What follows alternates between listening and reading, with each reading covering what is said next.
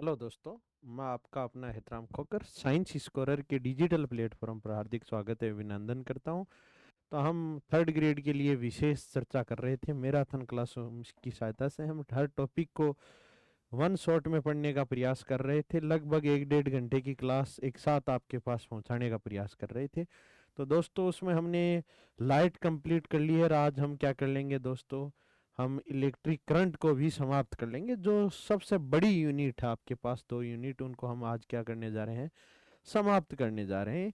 तो इसके बाद में हमें इसके एक मैराथन क्लास में क्या हो जाएगा दोस्त, आप तक क्वेश्चन पहुंच जाएंगे। तो हम उम्मीद करते हैं कि आप तक ये जो क्लासें पहुंच रही है वो आपको अच्छी लग रही होगी, अच्छा फायदा पहुंच रहा होगा। तो हम आपसे गुजारिश करेंगे कि इस क्लास को अ- नए से नए लोगों तक पहुंचाइए, अधिक से अधिक स्प्रेड करिए ताकि अच्छे लोगों तक पहुंचे। तो हमें भी थोड़ा सा अच्छा फील हो कि हमारी क्लास का जो मेहनत है उसका रिजल्ट अच्छा आ रहा है। अच्छे लोगों तक क्लास पहुंचाइए और क्लास को दोस्तों पूरी देखिए। सबसे बड़ी बात आपसे गुजारिश करना चाहूंगा कि क्लास को क्या देखे, पूरी देखे। देखो, सिलेक्शन का एक ही राज होता है। सिलेक्शन कभी भी ऐसे नहीं कि छोटे छोटे टुकड़ों में कुछ हो सकता है। सिलेक्शन के लिए कंटिन्यूटी चाहिए। किसी भी किताब को पढ़ो, चाहे किसी भी टीचर से कंटेंट पढ़ो, उसका कंटेंट कंप्लीट पढ़ोगे तो ही आपको ऐसा पता चलेगा कि उस दिन एग्जाम होगी, उस दिन की यार वाह मजा आ गया।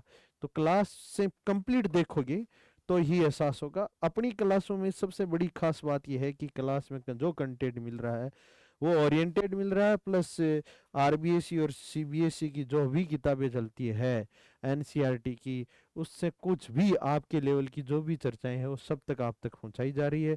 तो हम एक हजार क्वेश्चनों की सीरीज भी है, उसमें हम क्या कर रहे हैं, थ्योरी प्लस एमसीक्यू दोनों कर रहे हैं दोस्तों। तो ये क्लास थ्योरी की है, तो इस क्लास को भी अधिक से अधिक लोगों तक पहुंचाकर आप इस क्लास को सारगर्भित कर सकते हो, अच्छे लोगों तक अच्छी उम्मीद पहुंचा सकते हो। तो इसी के साथ हम आज की क्लास को दोस्तों स्टार्ट करना चाह रहे हैं ताकि आप तक इलेक्ट्रिक करंट की एक क्लास पहुंच के चुकी है। लगभग 1.5 घंटे के आसपास, एक आज और 1.5 घंटे के आसपास क्लास होगी और उसी के साथ में ये क्या हो जाएगी दोस्तों, कंप्लीट हो जाएगी। तो हम उम्मीद करते हैं, आशा करते हैं कि आप तक जो कंटेंट पहुंच रहा है बहुत अच्छा और उसका आप बहुत फायदा ले रहे हो। तो हम बात करने वाले हैं दोस्तों। हम पीछे की क्लास में हम बात कर चुके हैं किस किस की, बताओ देखें, मैं थोड़ा सा आपको मैं बता दूं, विद्युत धारा की चर्चा कर चुके थे वहाँ, विद्युत धारा की बात कंप्लीट कर चुके थे। और किसकी चर्चा कर चुके थे दोस्तों, ओम के नियम की भी कंप्लीट चर्चा कर चुके थे।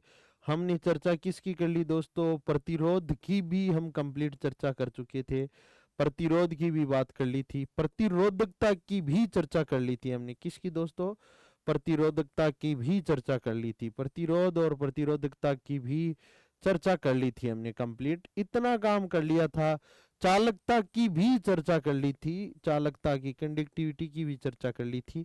आज हमें प्रतिरोधों का क्या पढ़ना था दोस्तों, आज हम प्रतिरोधों के संयोजन से स्टार्ट करते हैं। प्रतिरोधों के किस से दोस्तों, संयोजन से। क्वेश्चन जनरली यहाँ से पूछा जाता है, तो हम कॉम्बिनेशन ऑफ रेजिस्टेंस से चर्चा करना चाहेंगे और स्टार्ट करना चाहेंगे। तो हम एक ही जगह सब कुछ पढ़ने के लिए हम प्रतिरोधों का संयोजन की बात करें तो आप सब के सब जानते हो कि बताओ दोस्तों, प्रतिरोधों का संयोजन कितने टाइप का होता है। प्रतिरोधों का संयोजन की चर्चा करें तो प्रतिरोधों का संयोजन दो टाइप का होता है। एक कौन सा होता है दोस्तों, कॉम्बिनेशन ऑफ रेजिस्टेंस की हम चर्चा कर रहे हैं, कॉम्बिनेशन ऑफ रेजिस्टेंस की हम चर्चा कर रहे हैं। तो इसको हम आगे बढ़ाते हैं, रेजिस्टेंस की चर्चा कर लें। रेजिस्टेंस, ये क्लासें आप तक वैसी क्लासें हैं जो ऑफलाइन मोड में आप बहुत पैसे देकर क्या करते हो, खरीदते हो और फिर उसको पढ़ते हो, वैसी सेम क्लास आप तक पहुंचाई जा रही है। पहला कौन सा है दोस्तों, श्रेणी क्रम संयोजन है। कौन सा संयोजन है, हम एक जगह एक स्लाइड पर एक पढ़ लें, इसलिए हम एक एक ही पढ़ेंगे ताकि आप तक जो कंटेंट पहुंचे एकदम अच्छे से पहुंच जाए और जगह जगह टुकड़ों में नहीं पहुंचे। तो हम किसकी चर्चा करेंगे दोस्तों, श्रेणी क्रम संयोजन की। पहली बात तो किसकी बात करते हैं अपने पास, बताओ, श्रेणी क्रम या सीरीज कॉम्बिनेशन की चर्चा करेंगे। तो सीरीज कॉम्बिनेशन में क्या आएगा आपके सामने, सीरीज कॉम्बिनेशन की बात कर लें हम, कॉम्बिनेशन की चर्चा कर लें दोस्तों। सीरीज कॉम्बिनेशन, श्रेणी क्रम संयोजन की बात कर लेते हैं तो क्या मिलेगा बताओ। आपको मैं दो तीन प्रतिरोध श्रेणी क्रम संयोजन में जोड़कर आपको कुछ चीजें लिखवाना चाहता हूँ। पहली बात तो सभी लाइनें ऐसे एकदम ही प्रतिरोध हो, चाहे कोई भी उपकरण हो, एक ही तार पर जुड़े हो। ऐसे नहीं कि कहीं भी कोई दूसरा तार निकलता हो, एक का एंड होता हो तो दूसरे का स्टार्टिंग पॉइंट होता है, दूसरे का एंड होता है तो तीसरे का स्टार्टिंग पॉइंट होता है। तो सीरीज का मतलब होता है एक ही तार हो, तार कहीं शाखाओं में नहीं बटे। तो ये क्या आ गया दोस्तों, R1 आ गया, और हमने ये रेजिस्टेंस R2 लगा दिया, और ये रेजिस्टेंस क्या लगा दिया, R3 लगा दिया। इसको हमने किसी बैटरी से जोड़ने का काम किया, जिसके कारण इस परिपथ में क्या बहे दोस्तों, अपने पास धारा बहे। ये कुंजी जोड़ दी, और हम दोस्तों ये कुंजी के जोड़ देते हैं, इसको के लिख दिया। अब इसके सिरों पर विभवांतर V1 है, इसके सिरों पर उत्पन्न विभवांतर V2 है, इसके सिरों पर उत्पन्न विभवांतर V3 है। ये चर्चा हम करना चाह रहे हैं कि अपने पास होता क्या। तो दोस्तों पहली बात तो मैं क्या कहूँ, श्रेणी क्रम संयोजन में ध्यान रखोगे, श्रेणी क्रम संयोजन में आपको कुछ चीजें विशेष मिलेगी। क्या मिलेगी ये भी आप समझ लीजिए। श्रेणी क्रम संयोजन में, कौन से संयोजन में, श्रेणी क्रम संयोजन में ध्यान रखोगे, श्रेणी क्रम संयोजन में धारा का मान क्या होता है दोस्तों, धारा, पहली बात तो ये V वोल्टता थी, धारा का संयोजन में धारा का मान ध्यान रखोगे, धारा का मान सभी प्रतिरोधों में क्या होता है, सभी प्रतिरोधों में एक समान होता है। सभी प्रतिरोधों में दोस्तों एक समान होता है, सभी प्रतिरोधों में क्या होता है, प्रतिरोधों में एक समान होता है। दूसरी चर्चा करूं, एक समान होता है, जबकि समान होता है जबकि क्या होता है दोस्तों, होता है जबकि विभवांतर क्या होता है, जबकि विभवांतर सभी पर अलग अलग होता है। जबकि विभवांतर सभी पर क्या होता है, विभवांतर सभी पर अलग अलग होता है। ये ध्यान रखोगे, सभी पर क्या होता है, अलग अलग होता है, अलग अलग होता है। ये बात कंप्लीट हुई अपने पास कि विभवांतर कैसे होगा और धारा का मान कैसे होगा। तो इसकी बात हमने चर्चा की कि श्रेणीक्रम संयोजन में धारा एक समान होती है, और यहाँ विभवांतर क्या होता है दोस्तों, पोटेंशियल क्या होता है, अलग अलग होता है। करंट आपके सामने सभी में एक समान बहेगी। अब हम चर्चा करें तो तुल्य वोल्टता क्या है अपने पास, बताओ। वोल्टता की चर्चा कर लें तो वोल्टता क्या होगी, वोल्टता की बात कर लें तो V बराबर आप सबके सब जानते हो, ये V है उतना ही तो सभी पर आएगा। तो V बराबर में क्या लिख सकता हूँ दोस्तों, V1 प्लस का V2 प्लस का क्या आएगा, V3। जितने भी 3 जोड़ दिए तो V3, 4 जोड़ देंगे तो V4 आ जाएगा।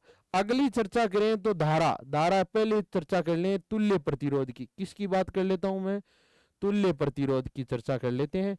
तो ध्यान रखोगे तुल्य प्रतिरोध इक्विवेलेंट जो रेजिस्टेंस आएगा वो कितना आएगा, RS सीरीज का दे दूं तो R1 प्लस का, R2 प्लस का दोस्तों R3, ये 3 है तो 3 जोड़ दिए।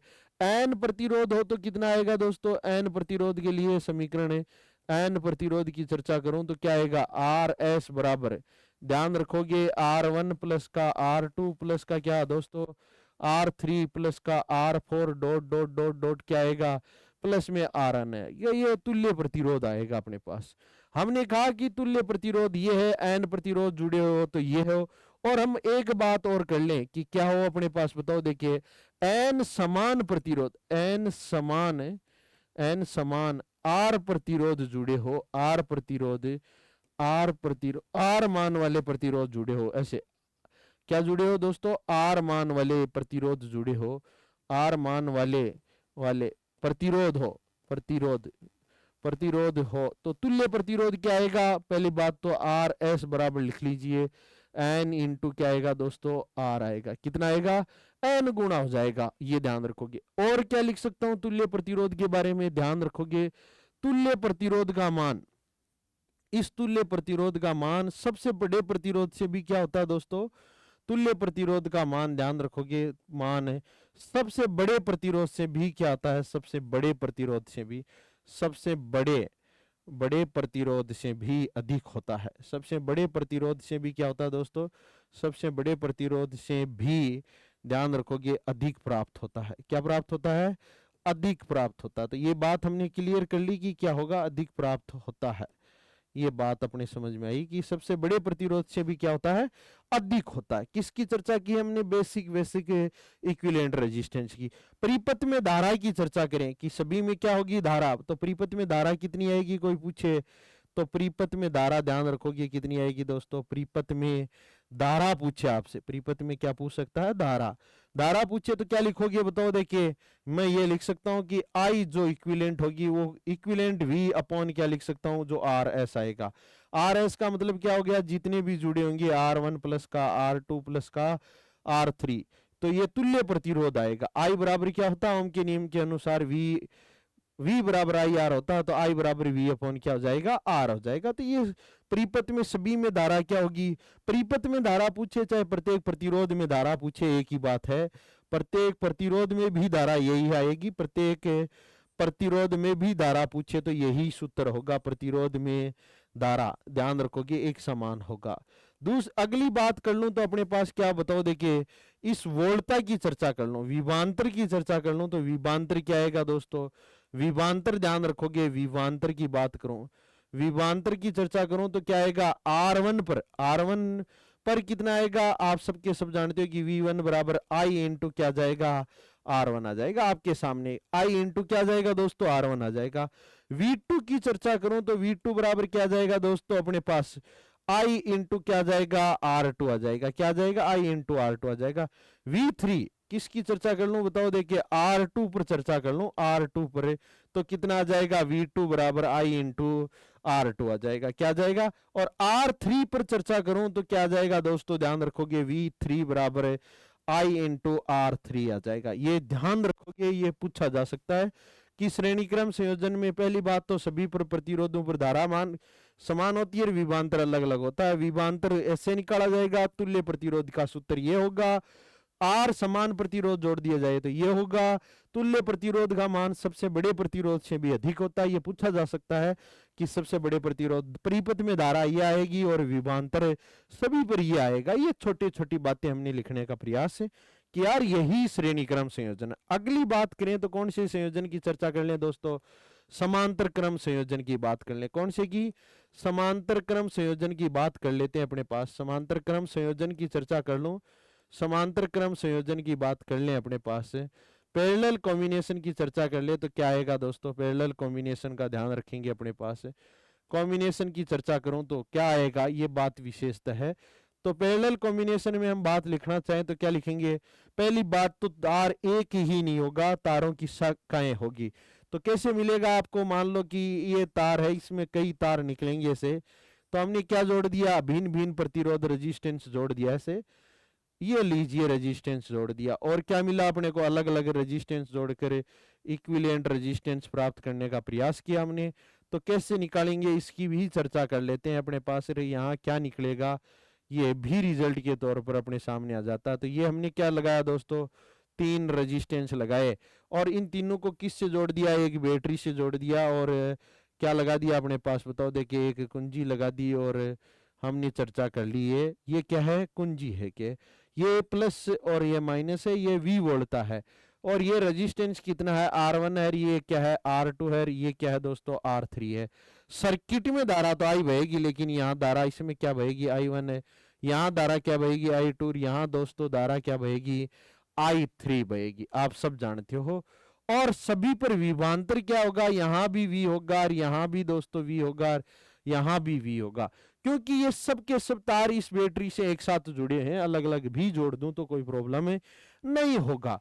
तो हमें ध्यान रखें कि यहाँ इनकी चर्चा जब करना चाहें तो क्या होगा, आपके सामने कुछ चीजें लिख आती है निकल कर, तो हम खाएंगे, क्या खाएंगे बताओ, देखिए समांतर क्रम संयोजन में ध्यान रखोगे, समानांतर क्रम संयोजन में क्या होता है, समानांतर क्रम में संयोजन में पहली बात तो ध्यान रखोगे, संयोजन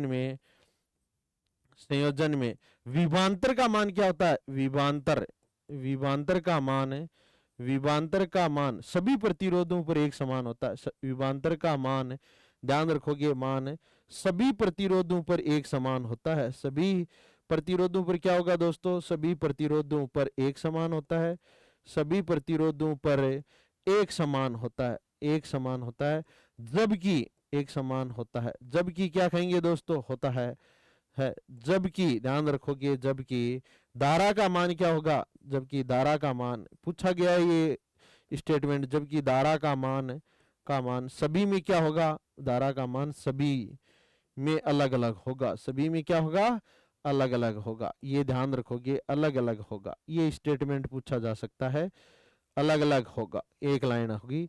दूसरी बात में क्या कह दूं बताओ, देखिए धारा आई बराबर क्या लिखा जा सकता है दोस्तों, धारा आई बराबर में क्या लिख सकता हूँ, I1 प्लस का I2 प्लस का क्या लिखा जा सकता है, I3। जितनी आई मिलेगी उतनी ही तो इन सभी में वितरित होगी, तो ये हमने कहा।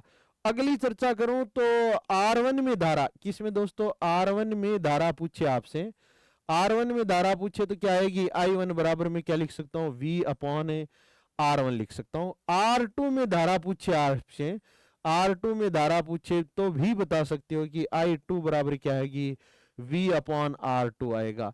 और R3 की चर्चा करूं तो R3 में धारा की चर्चा करूं तो क्या होगी बताओ, देखिए I3 बराबर में क्या लिख सकता हूं, V अपॉन R3। तो यहां से समझ में आता है कि यदि धारा का मान ये किस पर डिपेंड कर रहा है बताओ, V तो सब जगह समान है लेकिन R1 R2 R3 में डिपेंड कर रहा है। तो यहां से एक लाइन लिख सकता हूं, क्या लिख सकता हूं दोस्तों कि अपने पास सबसे अधिक प्रतिरोध वाले, सबसे अधिक प्रतिरोध, सबसे सबसे अधिक मान वाले प्रतिरोध में, मान वाले ध्यान रखोगे वाले प्रतिरोध में धारा सबसे कम बहेगी, प्रतिरोध में धारा सबसे कम, धारा सबसे कम, जबकि धारा सबसे कम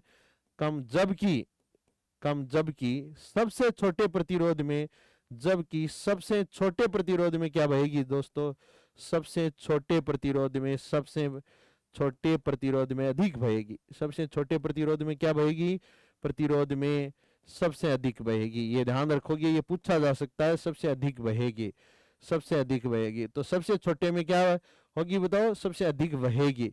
तो सबसे अधिक बहेगी किस में बहेगी, सबसे आपको करंट की पूछे तो सबसे छोटा जो रेजिस्टेंस होगा उसमें करंट सबसे ज्यादा होगी, और जिसमें अपने पास रेजिस्टेंस सबसे बड़ा होगा, जिसका मान ज्यादा होगा, उसमें धारा कम होगी, ये कह सकते हैं। अगली बात हम किस पर कर लें दोस्तों, तुल्य प्रतिरोध पर कर लें। किस पर चर्चा कर लें, तुल्य प्रतिरोध पर चर्चा कर लें। तो तुल्य प्रतिरोध भी लिख सकते हो, कितना आएगा दोस्तों, तुल्य इक्विवेलेंट रेजिस्टेंस की चर्चा करूं तो ध्यान रखोगे 1/RP बराबर क्या लिख सकते हो, 1/R1 प्लस का 1/R2 प्लस का क्या लिखा जा सकता है दोस्तों, 1/R3। ऐसे लिख दूं अपने पास डॉट डॉट दोस्तों, क्या जाएगा, प्लस में 1/RN आ जाएगा। ये ध्यान रखोगे अपने पास। दो प्रतिरोध हो, सबसे ज्यादा कितने के लिए काम में लिया जाता है, दो प्रतिरोध, दो प्रतिरोध हो तो ध्यान रखोगे दो प्रतिरोध होने पर कितना आ जाएगा, 1/RP बराबर 1/R1 प्लस का 1/R2। ये फॉर्मूला भी पूछा जा सकता है आपसे सीधा सीधा। तो क्या आएगा दोस्तों, यहां से इसको सोल्व करूं तो मैं क्या लिख सकता हूं, 1/RP बराबर एलसीएम ले लिया R1 गुणा R2 तो क्या जाएगा बताओ, देखिए R2 प्लस का R1। तो यहां से जो फॉर्मूला, बेस्ट फॉर्मूला निकल के आएगा जो पूछा जा सकता है, R1 गुणा R2 बट्टा क्या आएगा, R1 प्लस का R2। ये ध्यान रखोगे, ये फॉर्मूला क्या है, इंपॉर्टेंट है। ये फॉर्मूला क्या है दोस्तों, इंपॉर्टेंट है। तो ये पूछा जा सकता है आपसे कि ये क्या है, तो क्या है आपके सामने है। तो ये आप तक मैंने पहुंचाने का काम किया है। तो ये क्या है बताओ, ये चीजें क्लियर हुई कि धारा का मान कैसे होगा और क्या इतना होगा। तो ये R1 गुणा R2 बट्टे R1 प्लस R2 प्रतिरोध हो गया। अगली हम बात करना चाहें, क्या करना चाह रहे हैं, अगली चर्चा करना चाह रहे हैं तो एन प्रतिरोध किस में जुड़े हो। अब एन प्रतिरोध जोड़ दें समांतर क्रम में। तो एन, एन ध्यान रखोगे, एन समान मान वाले, समान एन समान मान आर, आर वाले प्रतिरोध, आर वाले प्रतिरोध जुड़े हो, प्रतिरोध जुड़े हो, प्रतिरोध जुड़े हो तो तुल्य प्रतिरोध कितना आएगा, ध्यान रखोगे आर पी बराबर में सीधा लिख सकता हूं आर अपॉन क्या जाएगा एन। तो यहां सबसे बड़ी बात निकल के आती है कि जो तुल्य प्रतिरोध का मान है वो सबसे छोटे प्रतिरोध से भी क्या प्राप्त होता है, छोटा प्राप्त होता है। तो ये ध्यान रखोगे इस संयोजन में, इस संयोजन में, इस संयोजन में ध्यान रखोगे, इस संयोजन में तुल्य प्रतिरोध का मान, में तुल्य प्रतिरोध का मान, तुल्य प्रतिरोध का मान ध्यान रखोगे, तुल्य प्रतिरोध का मान, तुल्य प्रतिरोध का मान सबसे छोटे प्रतिरोध से भी क्या होता है, सबसे छोटे प्रतिरोध से भी दोस्तों कम प्राप्त होता है। सबसे छोटे प्रतिरोध से भी, ध्यान रखोगे, सबसे छोटे प्रतिरोध से भी क्या होता है, से भी कम प्राप्त होता है, से भी क्या होता है, कम प्राप्त होता है, ये ध्यान रखोगे, कम प्राप्त होता है। अगली चर्चा कर लें तो क्या होगा, सबसे छोटे प्रतिरोध से भी क्या होता है, कम प्राप्त होता है। और परिपथ में धारा की चर्चा कर लो, परिपथ में क्या पूछ लिया आपसे, परिपथ में धारा की चर्चा करूं तो क्या आएगा दोस्तों, परिपथ में धारा, परिपथ में धारा भी लिख लेते हैं कि कितना आएगा, तो आई बराबर क्या आएगी आपके सामने, V अपॉन आर पी आएगा। क्या आएगा, V upon R P. R P का मान आपके सामने है, ये या तो ये आ सकता है या क्या आ सकता है दोस्तों, ये आ सकता है। ये छोटी छोटी इंपॉर्टेंट आपके पास लाइनें पहुंच रही है, तो इनको थोड़ा सा ध्यान रखोगे। V अपॉन क्या आ जाएगा, आर पी आ जाएगा। अगली बात हम करना चाहें, अगली चर्चा करना चाहें तो क्या बताओ, सब छोटी छोटी बातें लिखी हमने, इन दोनों संयोजनों का उपयोग भी हम लिख लेते हैं। इन दोनों संयोजनों का क्या लिख लेते हैं दोस्तों, उपयोग भी लिख लेते हैं। तो संयोजनों का उपयोग हम कर लेते हैं। श्रेणीक्रम संयोजन का उपयोग, श्रेणीक्रम संयोजन का उपयोग कहाँ किया जाता है, ये पूछा जा सकता है। संयोजन का उपयोग कहाँ किया जाता है, तो ये उपयोग भी ध्यान रखते हैं कहाँ किया जाएगा। तो ध्यान रखो अपने पास इसका उपयोग, जो अपने पास स्ट्रीट लाइट होती है जनरली किस में उपयोग की जाती है बताओ, देखिए श्रेणी क्रम में स्ट्रीट लाइट हो, स्ट्रीट लाइटें हैं, सजावटी स्ट्रीट लाइटें, और कौन सी बताओ, देखिए सजावटी लाइटें हैं, सजावटी लाइटें हैं, वो सभी की सभी किस में उपयोग की जाती है, सजावटी लाइटें हैं, ये श्रेणी क्रम में जुड़ी होती है। जनरली हम अपने दैनिक जीवन में आसपास में ये दो उदाहरण देखते हैं कि सजावटी लाइटें जो भी है वो किस क्रम में जुड़ी होती है, श्रेणी क्रम में, और स्ट्रीट लाइटें होती है वो भी जनरली किस क्रम में जुड़ी होती है, श्रेणी क्रम में। और समांतर क्रम संयोजन की चर्चा करें हम, किसकी बात करें दोस्तों, समांतर क्रम की संयोजन की चर्चा कर लें, समांतर क्रम संयोजन की चर्चा, संयोजन का उपयोग की चर्चा कर लें। संयोजन का उपयोग तो कहाँ किया जाता है, आप सबको पता है। उपयोग की चर्चा करूं तो दो जो भी औद्योगिक क्षेत्र है, पहली बात तो औद्योगिक क्षेत्र में किसका उपयोग किया जाता है बताओ, देखिए घरेलू परिपथ में भी किसका उपयोग किया जाता है, ये ध्यान रखोगे। घरेलू परिपथ में भी किसका उपयोग किया जाता है, घरेलू परिपथ में, इन दोनों में किसका उपयोग किया जाता है, समांतर क्रम संयोजन कार्य, यहाँ किसका बताओ, देखिए श्रेणी क्रम संयोजन का उपयोग किया जाता है। ये ध्यान रखोगे, छोटी छोटी बातें आप तक पहुंचाई गई है। अगली हम चर्चा करना चाह रहे हैं किसकी बताओ, देखिए श्रेणी क्रम और समांतर क्रम संयोजन की चर्चा हुई, तो हम बात कर लें एक छोटे से क्वेश्चन की, एग्जाम्पल के तौर पर आप तक एक क्वेश्चन पहुंचा दिया जाए, फिर हम थोड़े से प्रतिरोधों के संयोजन के क्वेश्चनों की बात तो हम उसमें कर लेंगे, पहले नहीं करेंगे इधर। तो ध्यान रखोगे, क्या बताओ, देखिए श्रेणी क्रम संयोजन के लिए, श्रेणी क्रम संयोजन में आपको दे दे कि 2 ओम, 4 ओम, वह दे दे 10 ओम, 10 ओम प्रतिरोध, प्रतिरोध प्रतिरोध, ये मान ले 10 की बजाय क्या दे दें दोस्तों, 8 ओम दे दें। प्रतिरोध 20 वोल्ट की बैटरी से, 20 वोल्ट की बैटरी से, ये पहली चर्चा कर ले, बैटरी से। ए पूछ ले, ए पूछ ले, क्या पूछ ले बताओ, श्रेणी क्रम संयोजन में जोड़ने पर, श्रेणी क्रम संयोजन में जोड़ने पर, श्रेणी क्रम संयोजन में जोड़ने पर, ध्यान रखोगे, जोड़ने पर तुल्य प्रतिरोध, क्या क्या निकालना आपको, तुल्य प्रतिरोध, परिपथ में धारा, परिपथ में धारा होगी, ये पूछ ले। दूसरा बी लगाकर क्या जोड़ दूं अपने पास बताओ, देखिए समानांतर क्रम में जोड़ने पर, समानांतर क्रम में जोड़ने पर, में जोड़ने पर, ध्यान रखोगे, जोड़ने पर तुल्य प्रतिरोध, तुल्य प्रतिरोध, तुल्य प्रतिरोध, और क्या पूछ ले बताओ, देखिए परिपथ में धारा, परिपथ में धारा तथा सबसे अधिक धारा, सबसे अधिक सबसे अधिक धारा किस प्रतिरोध में बहेगी, किस प्रतिरोध में बहेगी, किस प्रतिरोध में बहेगी, ये पूछ ले आपसे। तो बता दीजिए आपको क्या आपका आंसर रहेगा दोस्तों और क्या नहीं रहेगा, ये सबसे बड़ी बात है। तो आप बता दीजिए, देखिए फटाफटी।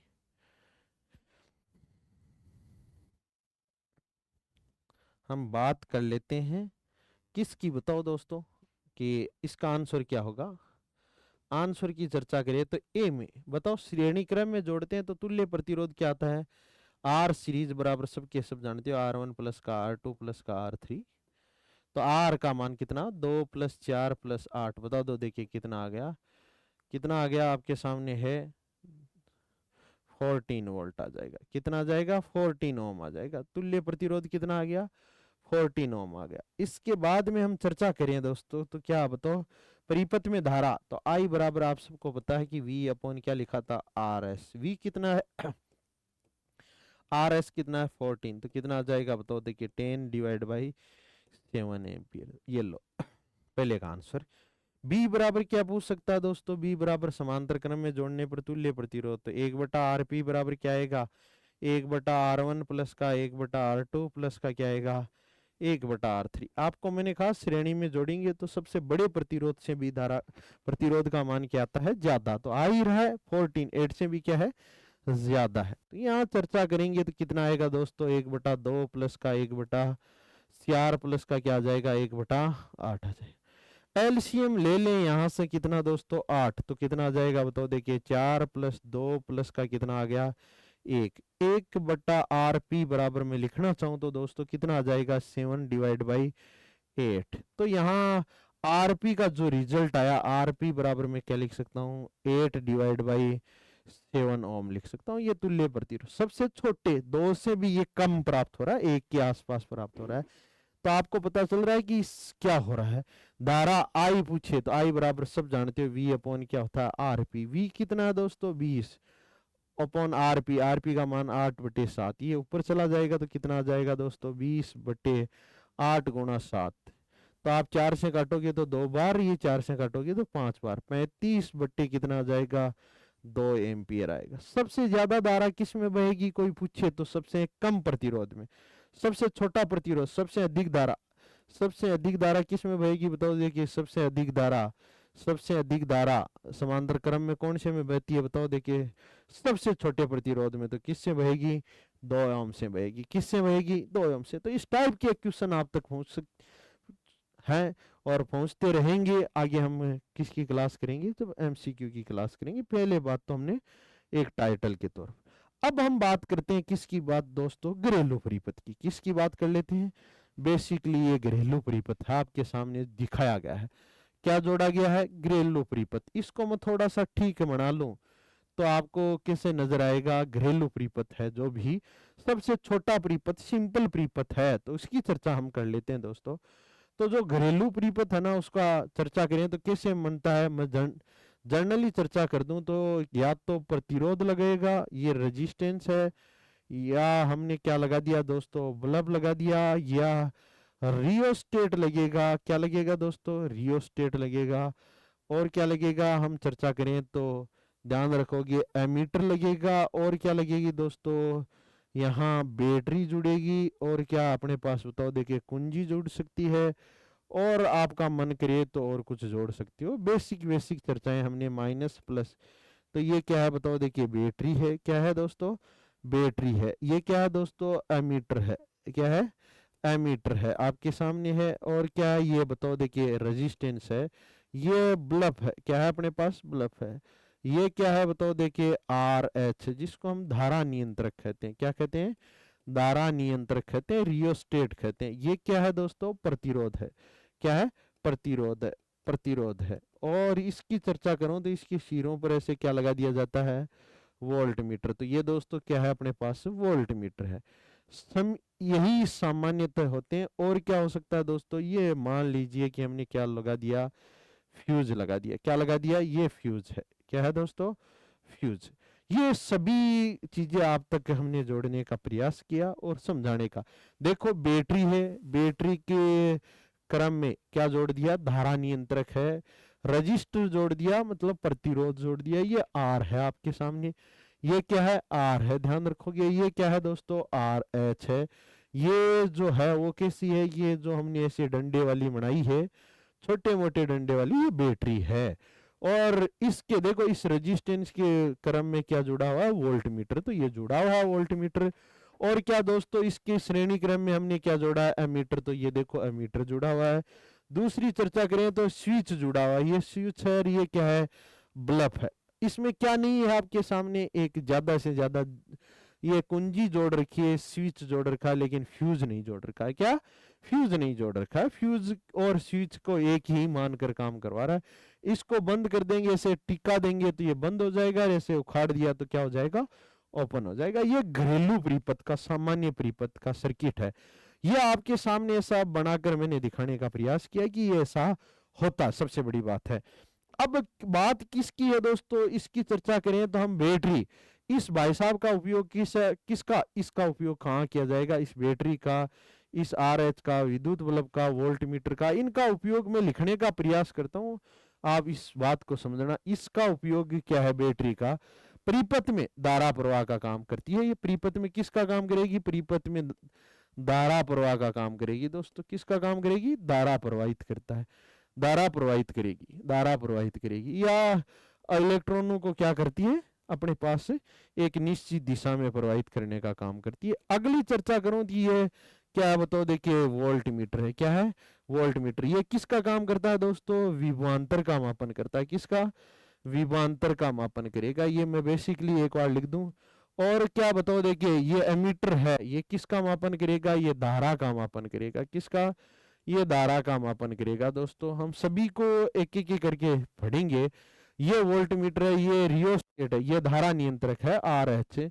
ये क्या करेगा दोस्तों, धारा को नियंत्रित करेगा। क्या करेगा, आपके सामने है कि ये समझ लेना इस बात को कि ये धारा को नियंत्रित करने का काम करेगा। क्या करेगा दोस्तों, ये धारा को नियंत्रित करेगा। ये ध्यान रखोगे, किसको नियंत्रित करेगा, धारा नियंत्रित करेगा। धारा नियंत्रित करता है, नियंत्रित करता है, ये नियंत्रक है। और क्या है अपने पास बताओ, और तो बेसिक बेसिक हम आगे चल के इनको सिंबॉलिक रूप से अलग अलग पढ़ने का प्रयास करेंगे।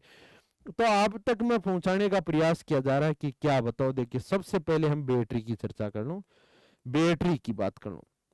बैटरी क्या करती है बताओ, देखिए परिपथ में विभवांतर आरोपित करती है, परिपथ में विभवांतर आरोपित करती है, विभवांतर उत्पन्न करती है। क्या करती है, विभवांतर उत्पन्न करती है, ध्यान रखोगे, विभवांतर उत्पन्न करती है या क्या करती है दोस्तों, धारा प्रवाहित करती है, या क्या कहेंगे, या धारा प्रवाहित करती है, धारा प्रवाहित करती है। ध्यान रखोगे, क्या करती है, धारा प्रवाहित करती है। ये बैटरी कहूं चाहे दोस्तों सेल कहूं, इसका काम इतना ही है।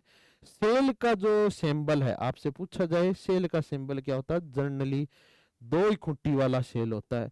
बैटरी का सिंबल पूछ ले आपसे, क्या पूछ ले दोस्तों, बैटरी का सिंबल भी पूछा जा सकता है। बोर्ड कुछ भी पूछ ले, कोई गारंटी नहीं है, तो ये ध्यान रखो, ये प्लस और माइनस कई ऐसे पंखुड़ियों वाला क्या होता है, सेलों का जो संयोजन होता है वो जनरली बैटरी में होता है। और चर्चा हम किसकी कर लें दोस्तों, कुंजी की चर्चा कर लें। किसकी चर्चा कर लें, कुंजी की। बेसिक बेसिक जानकारियां आप तक पहुंचा दी जाए। कुंजी कैसे दर्शाई जाएगी, ऐसे के लगाकर दर्शाई जाएगी, ये कुंजी का सिंबल है। और कैसी होगी, ये बंद और खुली दो करती है, ये बंद और खुली दो करती है। तो बंद होगी तो ध्यान रखोगे, ऐसे बीच में डॉट लगा दें तो ये कुंजी क्या है, बंद कुंजी है। कौन सी कुंजी है ये दोस्तों, बंद कुंजी है, ध्यान रखोगे, जो क्या करेगी, सर्किट को चालू कर देगी। और ये क्या है, खुली कुंजी है, ये ऐसे खुली कुंजी है, ये ध्यान रखोगे, खुली कुंजी है, ये खुली कुंजी है। बंद होगी तो परिपथ में क्या बहेगी, धारा बहेगी। ध्यान रखोगे, परिपथ में क्या बहेगी, परिपथ में धारा बहेगी। ये ध्यान रखोगे, परिपथ में क्या बहेगी, धारा बहेगी, ये सबसे बड़ी बात है। और इसकी चर्चा करूं तो परिपथ में क्या नहीं, धारा नहीं बहेगी, धारा ध्यान रखोगे नहीं बहेगी, नहीं बहेगी। जब धारा नहीं बहती, नहीं प्रवाहित करना है तो आपको क्या रखना है, खुली कुंजी रखनी है। और बंद कर देते हैं। नाम से तो उल्टा लगता है लेकिन काम से उल्टा नहीं है। ये आप तक मैंने पहुंचाया, क्या बताओ। अब हम बात कर लें एमीटर की, किसकी चर्चा कर लें, धारा नियंत्रक की, बल्ब की, प्रतिरोध की, इन सभी की चर्चा हम करके इधर से निकलेंगे। बात किसकी कर लें सबसे पहले बताओ, देखिए धारा नियंत्रक, किसकी बात कर लें हमें, धारा नियंत्रक की चर्चा करूं तो दोस्तों धारा नियंत्रक वास्तव में है क्या, परिवर्तित प्रतिरोध है। क्या है, परिवर्तित प्रतिरोध है। परिवर्तित प्रतिरोध है और इसका उपयोग किस में किया जाता है, परिवर्तित प्रतिरोध है। और ये क्या करता है बताओ, देखिए अपने पास कि बैटरी के साथ छेड़छाड़ किए बिना भी धारा को क्या कर देता है, कंट्रोल कर देता है। ये परिवर्तित प्रतिरोध है, इसका ध्यान रखोगे। और इसका सिंबल भी ध्यान रखोगे, क्या दर्शाया जाता है, या तो अगला कैसे दर्शाएगा, ऐसे काट कर दर्शा देगा, या ध्यान रखोगे ऐसे आपको आर एच लिख कर दर्शाएगा। कैसे, ऐसे एक टांग ऐसे ऊपर करके आर एच लिख देगा। ये धारा नियंत्रक होता है। ये परिपथ में क्या बताओ, ये परिपथ में ध्यान रखोगे, ये परिपथ में वोल्टता को समान रखते हुए, वोल्टता को समान रखते हुए धारा को नियंत्रित करता है। समान रखते हुए, समान रखते हुए, ध्यान रखोगे, समान रखते हुए, रखते हुए, रखते हुए, रखते हुए धारा को क्या करता है, धारा को नियंत्रित करता है। धारा को नियंत्रित करता है, ध्यान रखोगे, नियंत्रित करता है, नियंत्रित करता है, सबसे बड़ी बात है। कैसे करेगा दोस्तों, आप सबको पता है कि ओम के नियम के अनुसार V बराबर क्या होता है, आई आर होता है। क्या होता है, आई आर होता है। जानते हो या नहीं जानते, हम बताओ दो तरीके से हम धारा को चेंज कर सकते हैं। एक तो हमने V को ही बदल दिया, तो ओम कहता है कि V घटा देंगे, V घटा देंगे तो धारा घट जाएगी, और इसको बढ़ा देंगे तो क्या बढ़ जाएगी, धारा बढ़ जाएगी। लेकिन हम भाई साहब इस V को तो बदलना ही नहीं चाहते हैं, V नहीं बदलना चाहते, ये तो क्या रखना चाहते हैं, कांस्टेंट रखना चाहते हैं, इसको बदलना नहीं चाहते हैं। तो क्या कर दे बताओ, देखिए प्रतिरोध बढ़ा देंगे तो धारा अपने आप ही घट जाएगी। तो ये सिर्फ इतना ही काम करता है कि ये परिवर्तित प्रतिरोध का उपकरण होता है, जिसको हम आगे पीछे से स्लाइड करके आपके सामने ऐसे ये स्लाइड होता है। ये ऊपर वाला क्या होता है, आगे पीछे से स्लाइड होता है। तो स्लाइड करके हम क्या कर सकते हैं, पता कर सकते हैं, इसलिए आपको सामने दर्शाया गया है दोस्तों। तो ये क्या करता है कि आर को, वी को नियत रखते हुए आर को बदलकर धारा को कंट्रोल करता है। धारा बढ़ानी हो तो भी काम करता है, और धारा को घटाना हो तब भी ये दोस्तों काम करता है। अगली चर्चा करें हम, धारा नियंत्रक की बात हो गई, तो हम बात कर लें दोस्तों किसकी बताओ, देखिए हम बात कर लें वोल्ट मीटर की। किसकी चर्चा कर लें, ये आप समझ ही गए होंगे, वोल्ट मीटर की हम बात कर लेते हैं यही। तो वोल्ट मीटर की चर्चा कर लें। पहली बात तो वोल्ट मीटर किस क्रम में लगता है, ये ध्यान रखोगे, वोल्ट मीटर की चर्चा कर लें दोस्तों। वोल्ट मीटर परिपथ में कौन से क्रम में लगता है, ये ध्यान रखोगे, परिपथ में, परिपथ में श्रेणी क्रम में जुड़ता है या समांतर में, परिपथ में समांतर क्रम में जुड़ता है। ध्यान रखोगे, परिपथ में क्या जुड़ता है, समांतर क्रम में जुड़ता है, समांतर क्रम में जुड़ता है, समांतर क्रम में जुड़ता है। दूसरी बात क्या याद रखोगे, जुड़ता है। और ये किसका मापन करता है, ये विभवांतर का मापन करता है। किसका मापन करता है दोस्तों, विभवांतर का मापन करता है, विभवांतर का मापन करता है। और क्या लिख सकता हूं दोस्तों, और लिख सकता हूं कि इसका आदर्श वोल्ट मीटर का ध्यान रखोगे, आदर्श वोल्ट मीटर का प्रतिरोध क्या होता है, वोल्ट मीटर का प्रतिरोध, वोल्ट मीटर का प्रतिरोध ध्यान रखोगे अनंत होता है। कितना होता है दोस्तों, प्रतिरोध अनंत होता है। ये छोटे छोटे वर्ड याद रखोगे, अनंत होता है, अनंत होता है, ये लीजिए। और क्या कर लें अपने पास बताओ, सिंबलिक रूप से देखा जाए तो ऐसे आपको व्हील लगा कर दिखाया जाएगा, तो प्लस और माइनस लगा दे तो ये वोल्ट मीटर है। क्या है, वोल्ट मीटर है। और चर्चा करें, अगली बात कर लेते हैं अपने पास किसकी बताओ, एमीटर की चर्चा कर लेते हैं दोस्तों। एमीटर की बात करूं तो एमीटर की चर्चा करने पर आपको पता चलेगा ये किसका मापन करता है, ध्यान रखोगे, धारा का मापन करता है। किसका, धारा का मापन करता है, धारा का मापन मापन करता है। दूसरी बात क्या लिख दूं इसके लिए कि यह परिपथ में कौन से क्रम में जुड़ा होता है, ये परिपथ में, ध्यान रखोगे, ये परिपथ में श्रेणी क्रम में जुड़ता है। ये परिपथ में कौन से क्रम में जुड़ता है दोस्तों, श्रेणी क्रम में जुड़ता है। और क्या लिख सकता हूं इसके बारे में, जुड़ता है। और क्या लिखा जा सकता है दोस्तों, तो ये लिखा जा सकता है कि आदर्श एमीटर का प्रतिरोध, आदर्श एमीटर का प्रतिरोध ध्यान रखोगे अनंत होता है। आदर्श एमीटर का प्रतिरोध कितना होता है, ध्यान रखोगे, प्रतिरोध अनंत होता है, प्रतिरोध कितना होता है, अनंत होता है, अनंत होता है, ये विशेषता ध्यान रखोगे, होता है। आदर्श सॉरी कितना होता है, जीरो होता है, अनंत की बजाय जीरो होता है, शून्य होता है, ये ध्यान रखोगे, शून्य होता है। किसका मापन करता है, प्रतिरोध, इसका शून्य होता है। किसका मापन करता है, धारा का मापन करता है। ये सब चीजें लिखा हमने। फिर हम बात करें, एमीटर की बात हो गई, फिर हम विद्युत बल्ब की चर्चा कर लेते हैं। विद्युत बल्ब की चर्चा कर ले, विद्युत बल्ब की, यह आप तक सब पहुंचाया जा रहा है। तो विद्युत बल्ब का काम क्या है दोस्तों, विद्युत बल्ब ध्यान रखोगे, विद्युत धारा को कौन सी ऊर्जा में बदलता है, विद्युत धारा को, विद्युत धारा को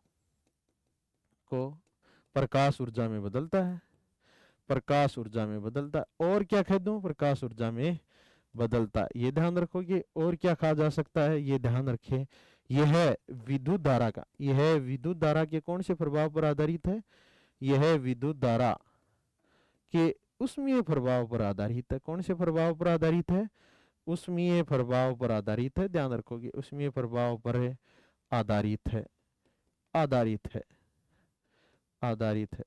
और इसमें कौन सी गैस भरी होती है, ध्यान रखोगे, विद्युत बल्ब में, विद्युत बल्ब में, विद्युत बल्ब में ध्यान रखोगे, विद्युत बल्ब में अक्रिय, अक्रिय नाइट्रोजन, अक्रिय नाइट्रोजन, नाइट्रोजन या ऑर्गन गैस भरी होती है। या क्या भरी होती है दोस्तों, या ऑर्गन गैस भरी होती है, या organ gas, organ gas AR भरी होती है, ध्यान रखोगे, ऑर्गन गैस भरी होती है। क्या भरी होती है, ऑर्गन गैस भरी होती है। ये छोटे छोटे वर्ड्स आपको पता होना चाहिए, ऑर्गन गैस भरी होती। और चर्चा करें, विद्युत बल्ब की हो गई अपने पास है। और क्या बच गया दोस्तों, बता दीजिए फटाफटी आपके सामने। वोल्ट मीटर हो गया, मीटर हो गया, स्विच हो गया, ये हो गया, DC हो गई, सब कुछ हो गया। तो हम छोटी सी बात किसकी कर लें, फ्यूज की भी कर लेते हैं दोस्तों। किसकी कर लें, फ्यूज तार की भी चर्चा कर लेते हैं, फ्यूज की चर्चा कर लें। तो पहली बात तो फ्यूज की चर्चा करें तो ये फ्यूज ध्यान रखे कि किसका बना होता है, ये किस क्रम में जुड़ता है, ये भी ध्यान रखे। और किसका बना होता है, ये भी ध्यान रखे। सबसे बड़ी बातें हैं यहाँ से, तो ये थोड़ा सा ध्यान रखोगे तो आपको पता चलेगा कि ये परिपथ में कौन से क्रम में जुड़ता है, श्रेणी क्रम में जुड़ता है। और अपने पास किसका बना होता है, ये फिक्स है, मिश्र धातु का बना होता है। किस मिश्र धातु का बना होता है बताओ दोस्तों, ये लेड और टिन का बना होता है। तो ये ध्यान रखोगे, ये पूछा जा सकता है, पूछने वाली चीजें हैं। तो किसका बना होता है, ये पूछी गई है, इसलिए इन बातों को भी आप नोट कर लीजिए कि विद्युत फ्यूज है वो लेड और टिन से मिलकर बना होता है।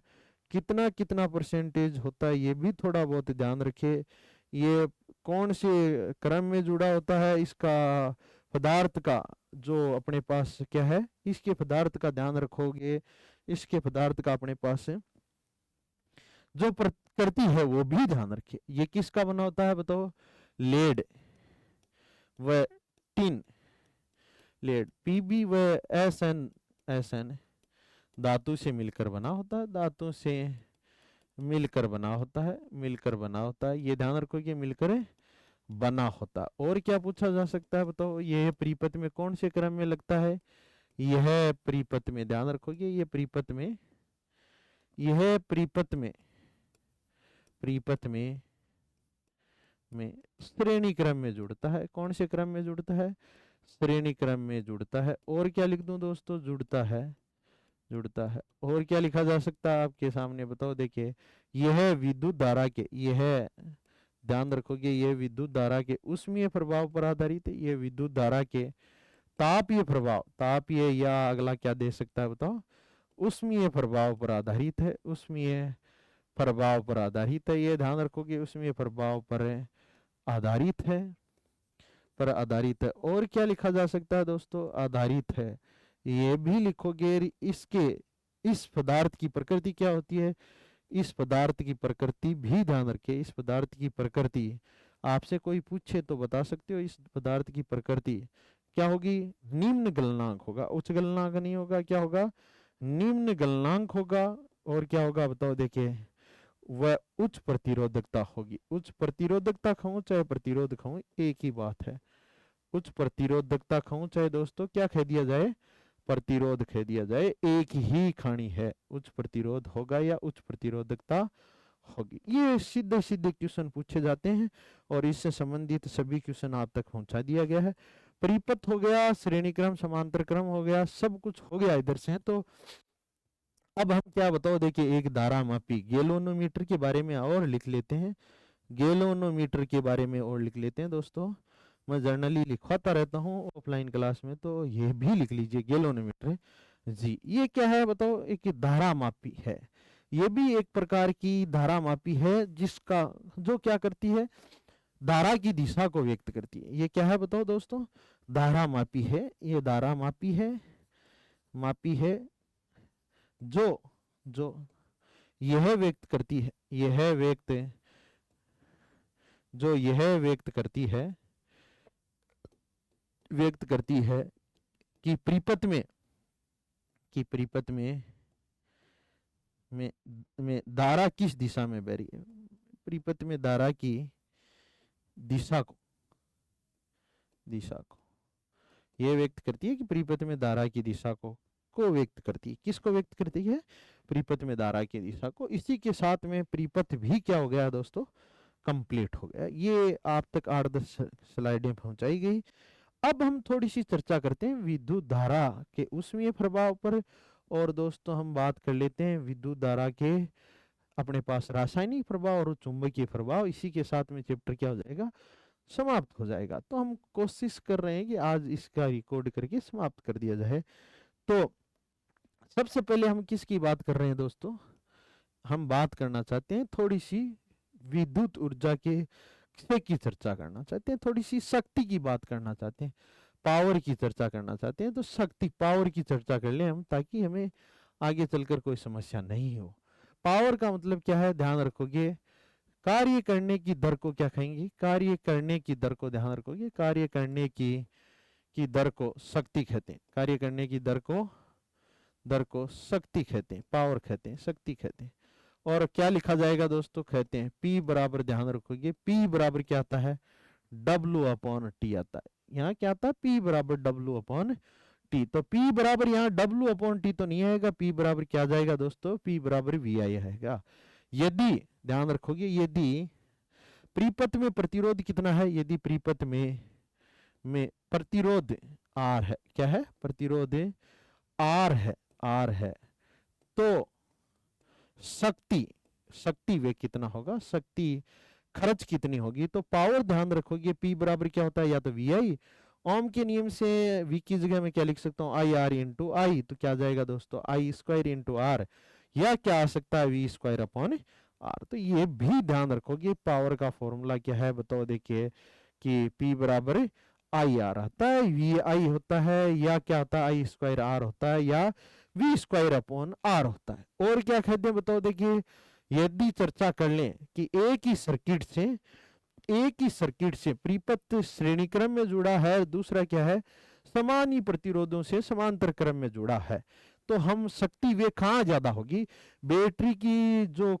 ऊर्जा है वो कहाँ कंज्यूम ज्यादा होगी। ये छोटी सी बात कर लें हम, तो थोड़ी सी बात कर लें कि बैटरी से दो प्रतिरोध R1 व R2 पहला क्या है अपने पास बताओ, श्रेणी क्रम में, और दूसरा क्या है दोस्तों, समांतर क्रम में। दूसरा क्या है दोस्तों, समानांतर क्रम में जोड़ने पर शक्ति वे अधिक होगा, शक्ति वे होगा का अनुपात पूछ ले, या क्या पूछ ले, या अधिक होगा, किधर अधिक होगा ये पूछ ले, तो हम पता करना चाहते हैं।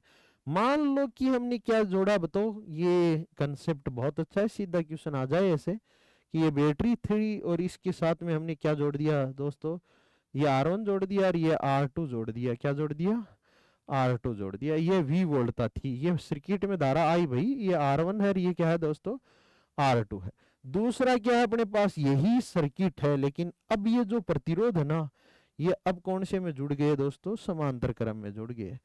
ऐसे समांतर क्रम में जोड़ दें और दूसरे को भी हम समांतर क्रम में जोड़ दें तो क्या आएगा, आपके सामने है कि ये R1 है और ये दोस्तों क्या है, R2 है, अलग अलग है। यहाँ धारा आई बहेगी, वोल्टता अब भी कितनी है, V है। बताओ यहाँ इक्विवेलेंट रेजिस्टेंस RS बराबर क्या आएगा, R1 प्लस का R2, और यहाँ RP बराबर क्या आएगा दोस्तों, R1 गुणा R2 upon R1 plus R2, ये आएगा।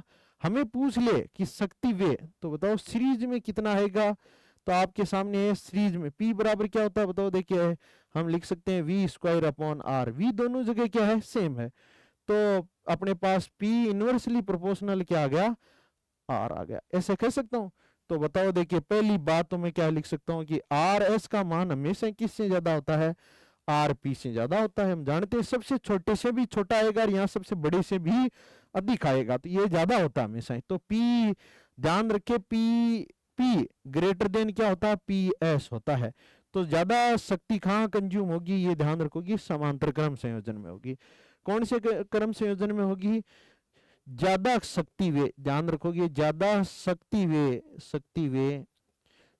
वे समांतर क्रम संयोजन में होती है। कौन से में होती है, समांतर क्रम संयोजन में होती है, समांतर क्रम संयोजन में होती है, संयोजन में होती है, संयोजन में होती है। और क्या दोस्तों बताओ देखिए होती है, अनुपात पूछे तो आप बता सकते हो, अनुपात, अनुपात क्या आएगा दोस्तों, अनुपात भी हम लिख देते हैं, तो क्या आएगा बताओ देखिए, P inversely proportional 1 upon R है, तो PS अपॉन PP बराबर क्या लिख सकता हूं मैं, RP अपॉन क्या लिखा जा सकता है, RS। RP का मान कितना होगा, R1 गुणा R2, और इसका भी R1 प्लस R2, तो ये R1 प्लस R2 का क्या आ जाएगा, होल स्क्वायर। ये लीजिए, ये पूछा था। फिर भी हम घरेलू परिपथ को हम समांतर क्रम में लगाते हैं, बैटरी से ज्यादा शक्ति वे यूनिट श्रेणी क्रम की बजाय किस में आती है, समांतर क्रम में आती है।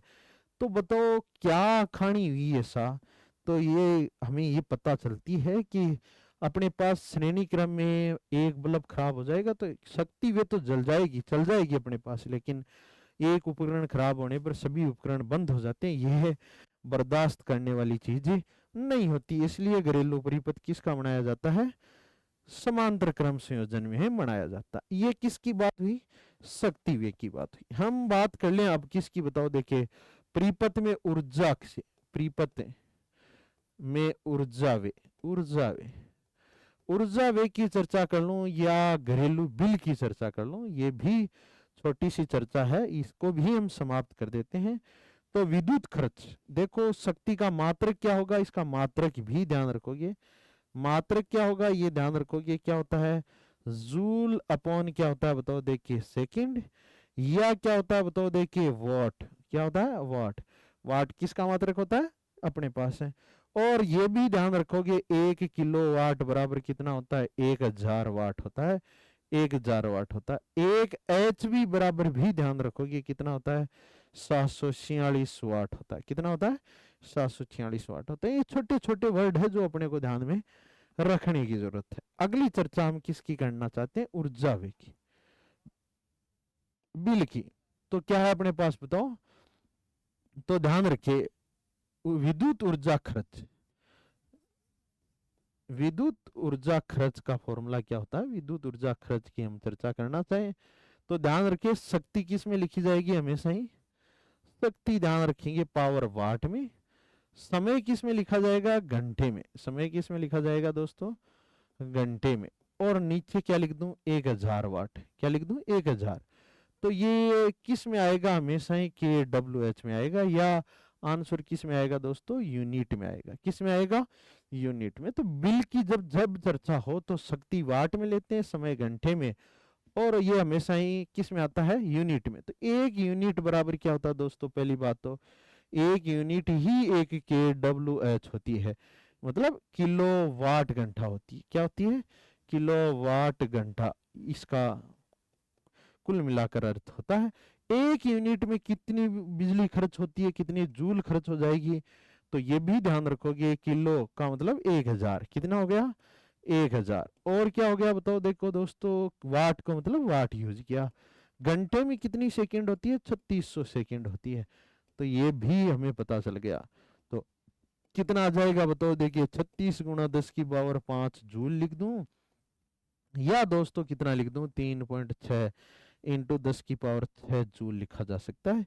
ये भी पूछा जा सकता है कि एक KWH किसके बराबर होती है, या एक यूनिट जूल में किसके बराबर होती है। तो ये आपके सामने है, किसके बराबर होती है?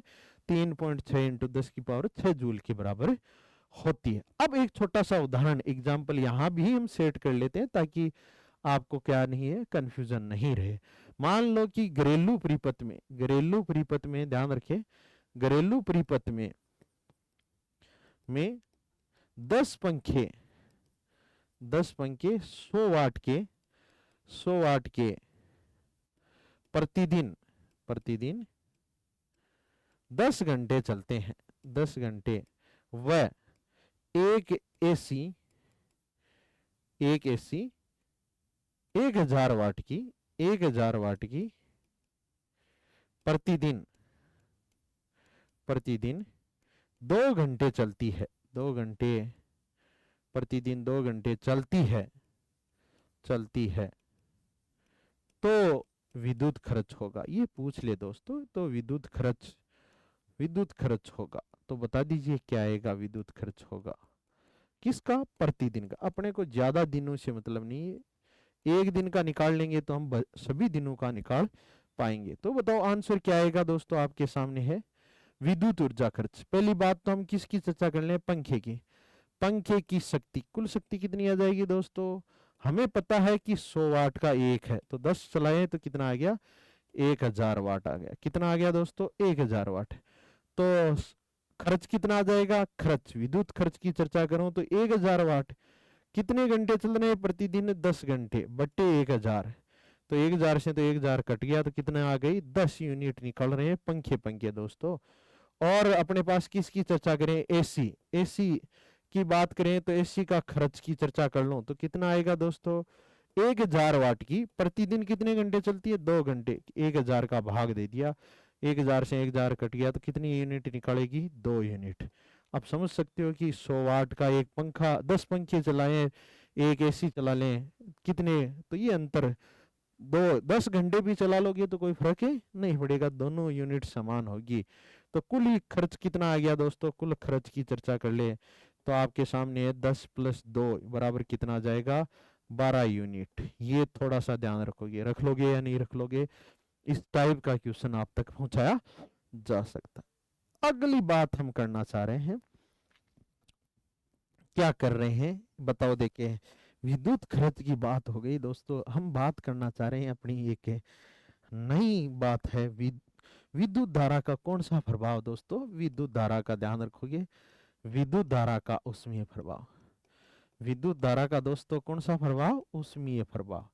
आपको ऐसा कुछ भी नहीं छोड़ा जाएगा जो ऑफलाइन क्लास में मिलता हो और यहाँ आपको ऐसे ही पढ़ा दिया जाए, ऐसा कुछ नहीं है। एक विधिवत क्लास आपको एक 1.5-2 घंटे की मिलेगी, जिसमें आपको लगेगा कि यार सारा कंटेंट अपने तक पहुंच गया है। ये सबसे बड़ी क्वालिटी है अपनी क्लासों की।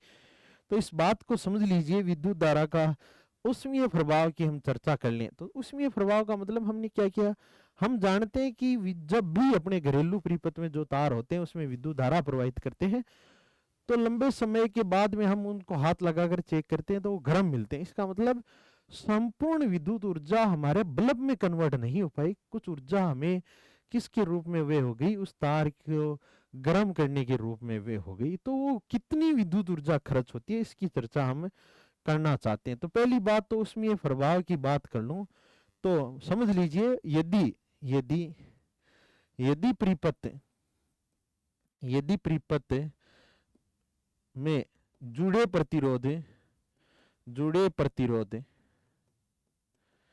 प्रतिरोध आर से आई धारा टी समय के लिए प्रवाहित हो तो उत्पन्न उष्मीय ऊर्जा कितनी उसमें ऊर्जा जनरेट होगी, ये हम चर्चा करना चाहें तो उसका फॉर्मूला फिक्स है।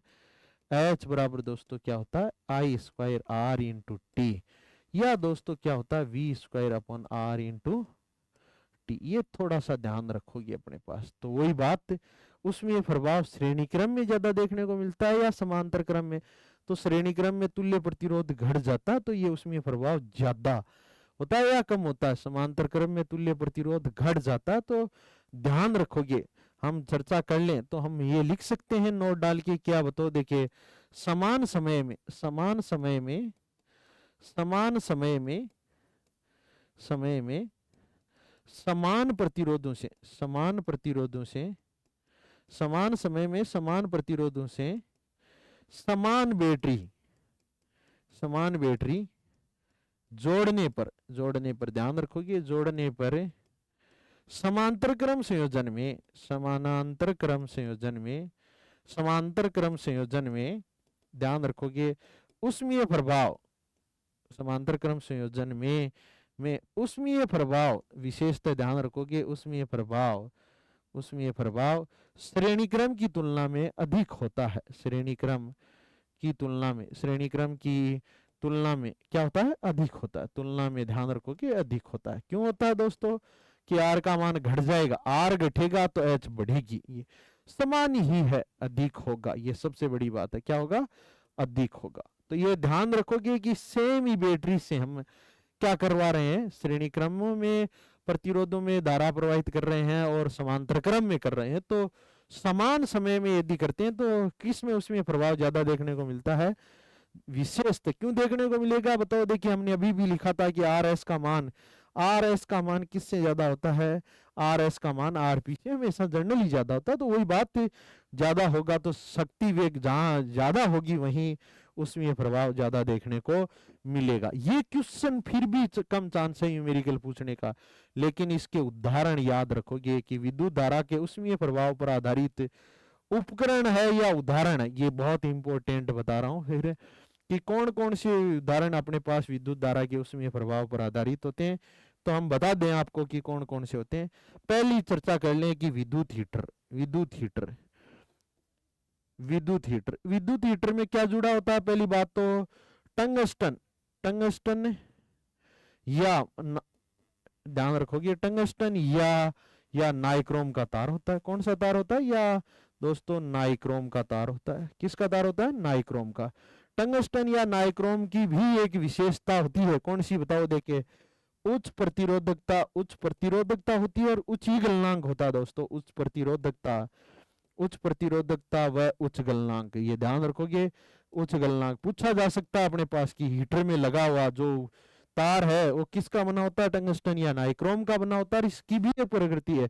यही विद्युत बल्ब की चर्चा कर लूं, दूसरा विद्युत बल्ब भी कौन सा, उसमें प्रभाव दर्शाता है। उसमें भी जो लगा होता है तार, ये उच्च प्रतिरोधकता और उच्च गलनांक का होता है। ये भी प्रतिरोधकता कहूं चाहे प्रतिरोध कहूं एक ही बात है। प्रतिरोधकता कहूं चाहे दोस्तों प्रतिरोध कह दूं, कोई फर्क नहीं पड़ेगा। ये ध्यान रखिए अपने पास, जिसका प्रतिरोध उच्च होगा उसकी प्रतिरोधकता उच्च होगी जनरली।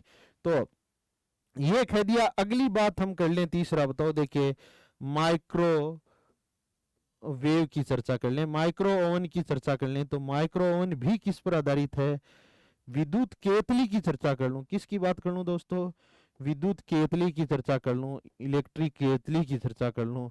और अपने पास किसकी बात कर लें बताओ। देखिए आपके सामने आजकल विद्युत जो चूल्हे आने लग गए हैं वो भी किसके आधारित होते हैं, विद्युत चूल्हे भी अपने पास विद्युत धारा के कौन से प्रभाव पर, उष्मीय प्रभाव पर आधारित होते हैं। और क्या बताओ, और क्या, विद्युत जो इस्त्री है वो भी किस पर आधारित है, विद्युत इस्त्री अपने पास वो भी उष्मीय प्रभाव पर आधारित है।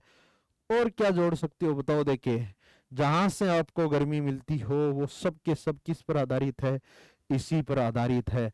माइक्रो ओवन हो गया, ओवन हो गया, अकेला ओवन भी वर्ड दे दे तो कोई भी प्रॉब्लम है नहीं है। और अपने पास क्या बताओ। देखिए ये मुख्य किसके आधार पर है, विद्युत धारा के उसमें प्रभाव पर आधारित क्या है, अपने पास उदाहरण है। अगली चर्चा हम थोड़ी सी चर्चा कर लें, किसकी बताओ। हम बात करते हैं विद्युत धारा के उसमें प्रभाव की बात तो ही अपने पास, लेकिन हम और आगे चर्चा करना चाहते हैं विद्युत धारा के चुंबकीय प्रभाव की। विद्युत धारा के चुंबकीय प्रभाव की, चुंबकीय प्रभाव की। बस किस प्रभाव की चर्चा करना चाहते हैं? विद्युत धारा के चुंबकीय प्रभाव। पहली बात तो यहाँ से बड़े क्वेश्चन नहीं आए, बहुत कम क्वेश्चन आए, फिर भी हम उनको सभी को क्या करना चाहते हैं? समाप्त करना चाहते हैं। विद्युत धारा के चुंबकीय प्रभाव की बात कर लें बेसिक। पहली बात तो लिखो, विद्युत धारा के चुंबकीय प्रभाव, चुंबकीय प्रभाव, चुंबकीय प्रभाव के बारे में सर्वप्रथम किसने बताया दोस्तों? सर्वप्रथम ओरेस्टेड ने बताया। किसने बताया? ध्यान रखोगे, ओरेस्टेड ने बताया। ओरेस्टेड ने बताया, ओरेस्टेड ने बताया, ये ध्यान रखोगे। ओरेस्टेड ने क्या कहा ये भी सुन लीजिए। किसने बताया? ओरेस्टेड ने बताया, ने बताया। क्या कहा इसने? ये भी सुन लीजिए। इसने कहा कि कोई भी, ये अपने पास क्या था बताओ? ये तार जोड़ा हमने ए और बी, और हमने क्या जोड़ दिया? यहाँ बैटरी जोड़ दी। क्या जोड़ दी दोस्तों? बैटरी। और यहाँ क्या लगा दी? यहाँ चुंबकीय सुई लगा दी। क्या लगा दी? चुंबकीय सुई। तो ये प्रयोग किसने किया बताओ? प्रायोगिक की व्याख्या किसने की? तो क्या क्या कहा कि जब किसी चालक तार में धारा प्रवाहित करेंगे, क्या करेंगे? धारा प्रवाहित करेंगे, तो चालक के चारों ओर क्या उत्पन्न हो जाता है? चुंबकीय क्षेत्र उत्पन्न हो जाता है। और यदि चुंबकीय सुई रख दी तो ये इसमें क्या आता है? चुंबकीय विक्षेप उत्पन्न होता है। क्योंकि इसने चुंबकीय सुई रखा तो इसमें विक्षेप तभी आ सकता है जब उसके चारों ओर क्या उत्पन्न हो? चुंबकीय क्षेत्र उत्पन्न हो। तो प्रयोग से लिखा इसने। प्रयोग से क्या कहा बताओ? प्रयोग से ध्यान रखोगे, कहा कि जब जब किसी चालक तार में, जब किसी चालक तार में ध्यान रखोगे, किसी चालक तार में धारा प्रवाहित की जाती है। धारा प्रवाहित करने पर उसके चारों ओर, ध्यान रखोगे, उसके चारों ओर क्या उत्पन्न हो जाता है? उसके चारों ओर ध्यान रखोगे, चारों ओर चुंबकीय क्षेत्र उत्पन्न हो जाता है। कौन सा क्षेत्र उत्पन्न हो जाता है? चुंबकीय क्षेत्र दोस्तों, क्षेत्र उत्पन्न हो जाता है। ये ध्यान रखोगे, चुंबकीय क्षेत्र उत्पन्न होता है। ये लीजिए, ये व्याख्या किसने की थी? ओरेस्टेड ने की थी। और इसके बारे में जितना ज्यादा लिखें कि धारा का मान बढ़ाएंगे तो चुंबकीय क्षेत्र की तीव्रता बढ़ी, घटाने पर घटी, और धारा बंद कर दी तो चुंबकीय सुई में विक्षेप खत्म हो गए, ये लिखने का कोई सेंस नहीं है। लेकिन हम ये लिखना चाहते हैं कि ये जो धारा, कि किसी भी चालक तार में धारा प्रवाहित करने पर जो चुंबकीय क्षेत्र उत्पन्न होता है वो क्या होता है। तो हम इस चुंबकीय क्षेत्र की निर्भरता भी लिखना चाहते हैं। चुंबकीय प्रभाव की निर्भरता भी, चुंबकीय प्रभाव की निर्भरता की चर्चा करूं तो ध्यान रखोगे, हम छोटा सा फॉर्मूला लिखना चाहते हैं। ये मान लो कि ये क्या है? आई है, इसमें आई धारा प्रवाहित की, तो इससे डी दूरी पर जो चुंबकीय क्षेत्र उत्पन्न होगा, डी दूरी पर जो चुंबकीय क्षेत्र उत्पन्न होगा, वो चुंबकीय क्षेत्र किस बात पर निर्भर करता है? निर्भरता चर्चा करना चाहते हैं। तो आपको फॉर्मूला याद नहीं रहे तो भी कोई प्रॉब्लम नहीं है। विद्युत धारा किस पर डिपेंड करेगा? विद्युत धारा के समानुपाती होगा। विद्युत धारा के क्या होगा दोस्तों? समानुपाती होगा। ये ध्यान रखोगे, क्या होगा? समानुपाती कहूं चाहे अनुक्रमानुपाती कह दूं, बी डायरेक्टली प्रोपोर्शनल क्या होता है? आई। दूसरी चर्चा कर लूं कि क्या होगा बताओ? देखिए, तारों की संख्या के समानुपाती होगा। तारों की संख्या के भी क्या होगा? तारों की संख्या के समानुपाती होगा। ये भी ध्यान रखे, समानुपाती होगा। और किस पर डिपेंड करता है? तीसरी चर्चा कर लें, माध्यम की प्रकृति पर भी निर्भर करता है। माध्यम की प्रकृति पर निर्भर करता है। और दोस्तों किस पर निर्भर करता है? ये ध्यान रखोगे। चौथी चर्चा कर लूं कि धारा से लंबवत दूरी, लंबवत धारावाही चालक से, धारावाही चालक से, चालक या तार से, तार से लंबवत दूरी, लंबवत दूरी पर भी निर्भर करता है। तो क्या होगा बताओ, देखिए दूरी के व्युत्क्रमानुपाती होता है। क्या होता है? दूरी के व्युत्क्रमानुपाती होता है। और चालक तार में धारा के कारण, धारा के कारण, ये ध्यान रखो कि धारा के कारण उत्पन्न चुंबकीय क्षेत्र, उत्पन्न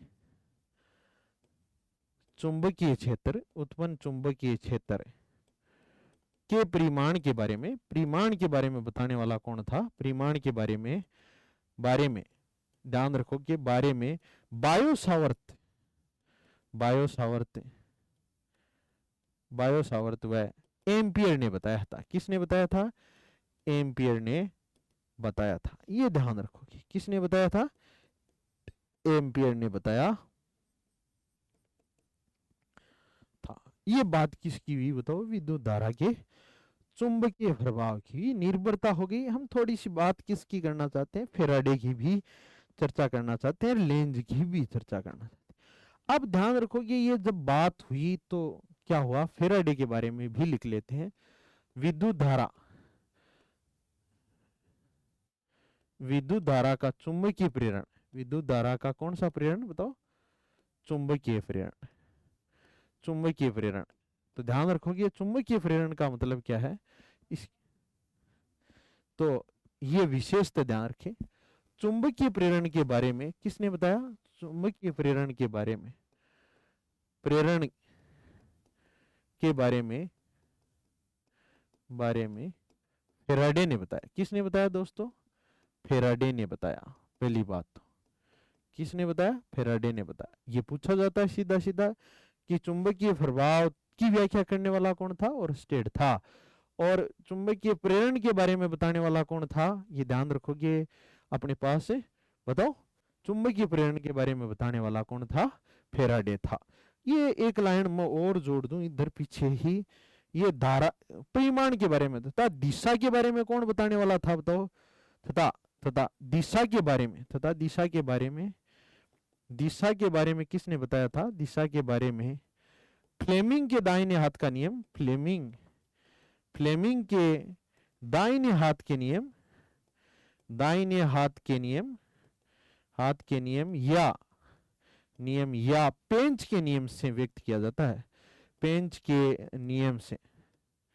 नियम से व्यक्त करते हैं, नियम से व्यक्त करते हैं। ये ध्यान रखोगे, व्यक्त करते हैं। ये छोटी सी बात हुई। और हम बात कर रहे हैं किसकी बताओ? अपने पास विद्युत धारा के चुंबकीय प्रभाव की। और इसकी बात हम चुंबकीय प्रेरण के बारे में बताने वाला कौन था? इसकी बात हमने कहा कि फैराडे ने कहा। फैराडे के हम दोनों नियमों की चर्चा करेंगे। तो हम बात कर रहे थे दोस्तों किसकी? विद्युत धारा के चुंबकीय प्रभाव की। तो इस चुंबकीय प्रभाव से संबंधित किसने नियम दिया? तो उसके चुंबकीय प्रेरण के लिए हम चर्चा कर रहे हैं। तो चुंबकीय प्रेरण क्या होता है, इस बात से समझ लीजिए। हमने कहा कि किसी चालक में धारा प्रवाहित करेंगे तो चुंबकीय क्षेत्र उत्पन्न होता है। ये किसने बताया? ओरस्टेड। लेकिन अपने पास फैराडे ने नया जुगाड़ किया और क्या कहा कि जब किसी चालक से संबंधित चुंबकीय क्षेत्र में परिवर्तन होता है तो उसमें विद्युत धारा प्रवाहित की जा सकती है। इसका मतलब ये थोड़ा सा अलग। तो कितने चुंबकीय प्रेरण के कितने नियम होते हैं? ये छोटे छोटे क्वेश्चन पूछे जा सकते हैं। चुंबकीय प्रेरण के दोस्तों, चुंबकीय प्रेरण के दो नियम दिए थे। कितने नियम दिए? दो नियम दिए। दोनों नियम मैं आपके सामने लिख देता हूँ। आया नहीं है कभी, लेकिन लिख देता हूँ। इसने कहा कि किसी भी, ध्यान रखो, किसी कुंडली से संबंधित, ध्यान रखोगे, किसी कुंडली से संबंधित चुंबकीय फ्लक्स में परिवर्तन होने से, चुंबकीय कुंडली से संबंधित चुंबकीय फ्लक्स लिखूं दोस्तों, चाहे क्या लिखूं? चुंबकीय फ्लक्स। चुंबकीय फ्लक्स का मात्रक क्या होता है? ये ध्यान रखिए थोड़ा सा। मात्रक क्या होता है इसका दोस्तों? वेबर होता है। क्या होता है? वेबर। मात्रक पूछ सकता है, बाकी और कुछ नहीं पूछेगा। चुंबकीय फ्लक्स लिखूं, चाहे ध्यान रखोगे बल रेखाएं लिखूं, चुंबकीय बल रेखाएं लिखूं, एक ही बात है। चुंबकीय बल रेखाओं की संख्या, चुंबकीय बल रेखाओं की संख्या में परिवर्तन, बल रेखाओं की संख्या में, बल रेखाओं की संख्या में, ध्यान रखोगे चुंबकीय बल रेखाओं की संख्या में किसी कुंडली से संबंधित चुंबकीय फ्लक्स लिखूं या चुंबकीय बल रेखाओं की संख्या में परिवर्तन से, क्या होता है, परिवर्तन हो जाए। ध्यान रखोगे दोस्तों, परिवर्तन से परिवर्तन परिवर्तन से, से कुंडली से संबंधित कुंडली में एक प्रेरित विद्युत वाहक बल उत्पन्न होता है। प्रेरित विद्युत वाहक बल उत्पन्न होता है। प्रेरित विद्युत वाहक बल उत्पन्न होता है। बल उत्पन्न होता है। बल उत्पन्न होता है तथा बल उत्पन्न होता है तथा ध्यान रखोगे तथा परिपथ में तथा परिपथ में क्या बहती है, तथा परिपथ में प्रेरित धारा बहती है। प्रेरित धारा बहती है। धारा बहती है, ये कह सकता हूं। ये तब तक ही होगा, ध्यान रखोगे, जब तक एन, ये मान लो कि एन और एस है, ये कोई कुंडली थी। ये क्या थी दोस्तों, कुंडली थी। मैं बना दूं आपके सामने, ये कुंडली थी, ये मान लो कि गैल्वेनोमीटर था, जी था।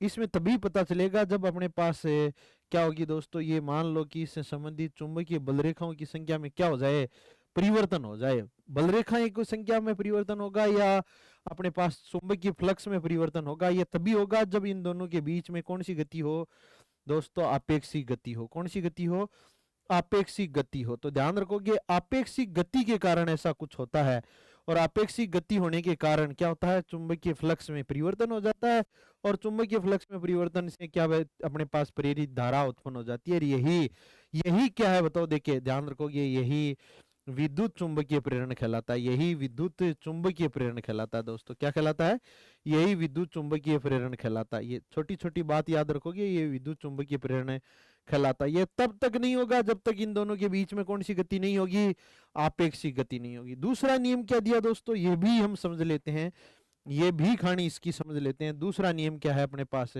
क्या कहा अपने पास बताओ, देखिए, चुंबकीय फ्लक्स में परिवर्तन की दर, चुंबकीय फ्लक्स में परिवर्तन की दर, ध्यान रखोगे, चुंबकीय फ्लक्स में परिवर्तन की दर, ये कोई परिवर्तन की दर है, परिवर्तन की दर प्रेरित विद्युत वाहक बल के तुल्य होती है। किसके तुल्य होती है, प्रेरित विद्युत वाहक बल के तुल्य होती है। बल के तुल्य होती है दोस्तों, याद रखोगे, तुल्य होती है। तो होती है तो E बराबर क्या आएगा, E बराबर ध्यान रखोगे d phi upon d t आएगा। ये छोटी सी बात है, ये बताने वाला कौन था, फेराडे था। थोड़ा सा ध्यान रखोगे और ज्यादा याद रखने की जरूरत नहीं है। ये 11th 12th की स्टैंडर्ड की चर्चा है। थोड़ा सा मैं किसकी बात कर दूं बताओ, देखिए, लेंज के नियम की, लेंज के नियम की चर्चा कर दूं। ये सीधे सीधे पूछे जा सकते हैं। लेंज के नियम, लेंज का नियम किस पर आधारित है, ऊर्जा संरक्षण पर आधारित है। किस पर आधारित है दोस्तों, ऊर्जा संरक्षण पर आधारित है। ऊर्जा संरक्षण पर आधारित है। किस पर आधारित है, ये ऊर्जा संरक्षण पर आधारित है। और क्या बता सकता है ये भी ध्यान रखोगे, ये आज तक नहीं पूछा गया, फिर भी ध्यान रखोगे, ये प्रेरित धारा की दिशा को किसको व्यक्त करता है, ये प्रेरित धारा की दिशा को व्यक्त करता है दोस्तों। प्रेरित धारा की दिशा को व्यक्त करता है, धारा की दिशा को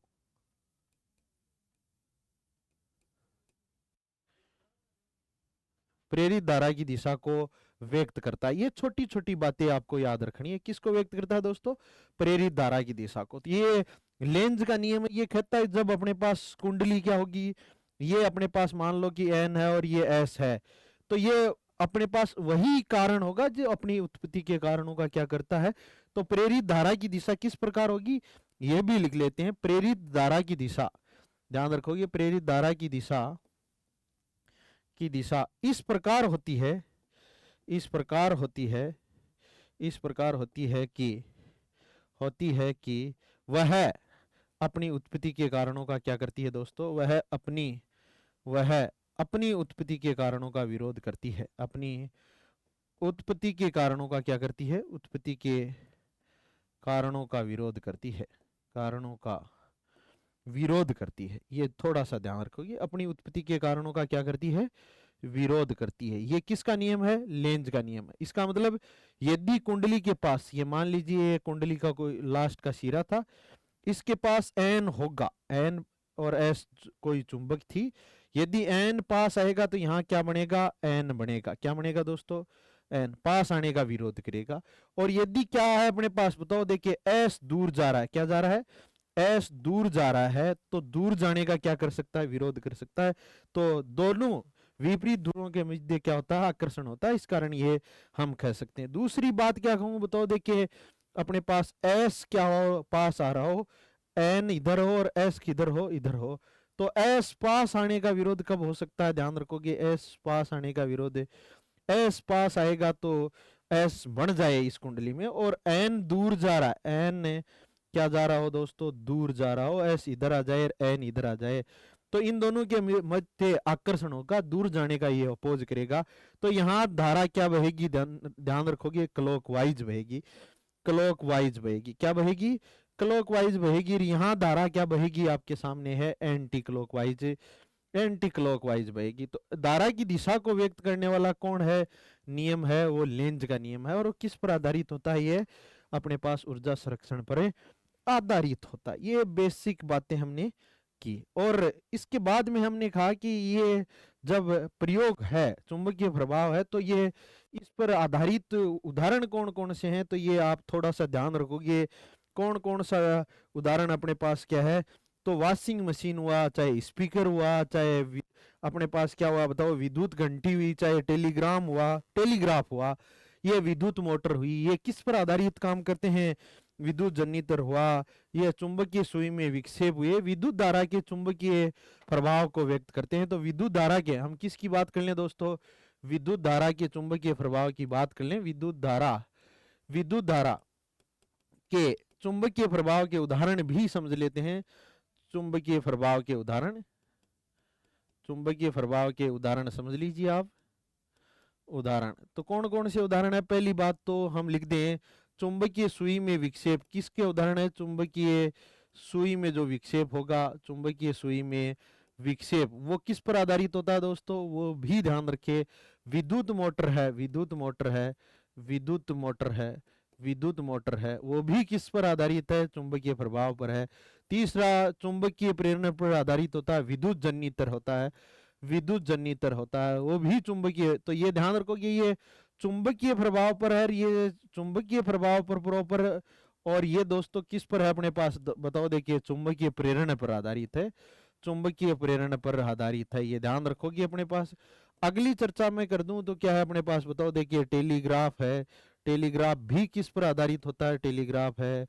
और पांचवी चर्चा कर लूं तो कौन सी अपने पास बताओ, देखिए हमने कहा कि घंटी होती है, घंटी होती है, वो भी किस पर आधारित होती है, इसी पर आधारित होती है। तो ये भी लिख लीजिए अपने पास है कि चुंबकीय टेली विद्युत घंटी की चर्चा कर ले, वॉशिंग मशीन की चर्चा कर ले, स्पीकर रिले की चर्चा कर ले, स्पीकर की भी चर्चा कर ले तो भी किस पर आधारित होता है, स्पीकर की चर्चा कर ले। छठवा अपने पास रिले अपने पास उपकरण होता है, वो भी इस पर ही आधारित होता है। और किस पर बताओ, देखिए विद्युत घंटी की बात कर लूं तो भी ये किस पर आधारित है, विद्युत घंटी भी ध्यान रखोगे किस पर आधारित है, चुंबकीय प्रभाव पर आधारित है। चुंबक भी बना सकते हैं, वो भी चुंबकीय प्रभाव पर आधारित हो।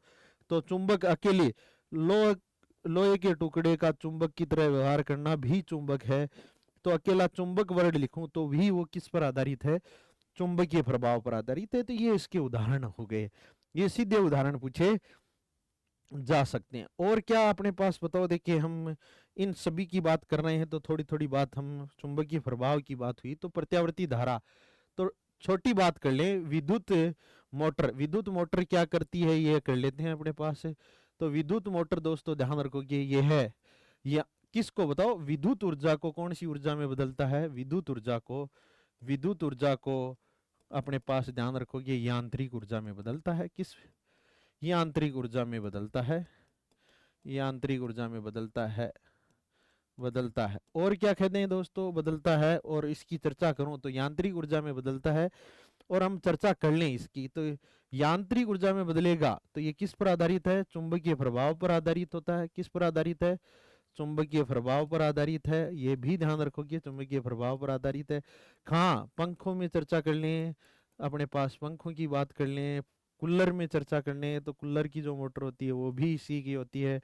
और जो पंप होता है, पंप सेट होता है, उसमें भी यही मोटर होती है। तो ये सभी के सभी विद्युत मोटर पर आधारित है। और किसकी बात कर लें, जनरेटर की, जनरेटर की चर्चा कर लेते हैं हम। जनरेटर विद्युत जनरेटर होता है, जनरेटर होता है, इसकी भी चर्चा हम कर ले तो ये क्या होता है बताओ, देखिए ये ध्यान रखोगे, ये यांत्रिक ऊर्जा को किस में बदलता है, यांत्रिक ऊर्जा को विद्युत ऊर्जा में बदलता है। यांत्रिक ऊर्जा को कौन सी ऊर्जा में बदलता है, विद्युत ऊर्जा में बदलता है, विद्युत ऊर्जा में बदलता है। और चर्चा कर लें अपने, बदलता है। और क्या कहते हैं दोस्तों, यहां से बात करें तो यह चुंबकीय प्रेरण के सिद्धांत पर आधारित होता है, चुंबकीय प्रेरण के सिद्धांत पर आधारित है। और क्या करता है ये बताओ, देखिए जब भी जनरेटर की चर्चा करेंगे तो ये दिष्ट धारा भी प्रवाहित कर सकता है और प्रत्यावर्ती धारा भी उत्पन्न कर सकता है। ये मुख्य बात हुई। फिर बात किसकी कर लें दोस्तों, छोटी सी बात ट्रांसफार्मर की भी निपटा देते हैं। ट्रांसफार्मर की चर्चा करें तो ट्रांसफार्मर क्या करता है, ये ध्यान रखो, वोल्टता को बढ़ाने और घटाने का काम करता है। ये वोल्टता नियमन का काम करता है, वोल्टता को बढ़ाने व घटाने का काम करता है, बढ़ाने व घटाने का काम करता है, घटाने के लिए प्रयुक्त होता है। ये ध्यान रखो, ये किसी भी जैसे ट्रांसफार्मर होता है तो हम वोल्टता चेंज कर सकते हैं, बढ़ा भी सकते हैं और घटा भी सकते हैं। और ये किसके सिद्धांत पर आधारित होता है, अन्योन्य प्रेरण के सिद्धांत पर आधारित होता है, अन्योन्य प्रेरण के सिद्धांत पर आधारित होता है। ये बेसिक बात हुई। फिर हम बात कर लें, ये कह रहे हैं कि हम प्रत्यावर्ती और दिष्ट धारा, तो इसकी भी हम छोटी सी बात कर लें। 10th की किताब में विवरण दे रखा है तो उसका भी हम निपटा देते हैं। प्रत्यावर्ती धारा किसकी बात कर लें थोड़ी सी, प्रत्यावर्ती धारा अल्टरनेट करंट की, एसी की। और हम किसकी बात कर लें बताओ, देखिए दिष्ट धारा की, यही समेट लेते हैं। दिष्ट धारा, दोनों की चर्चा एक साथ कर लेते हैं।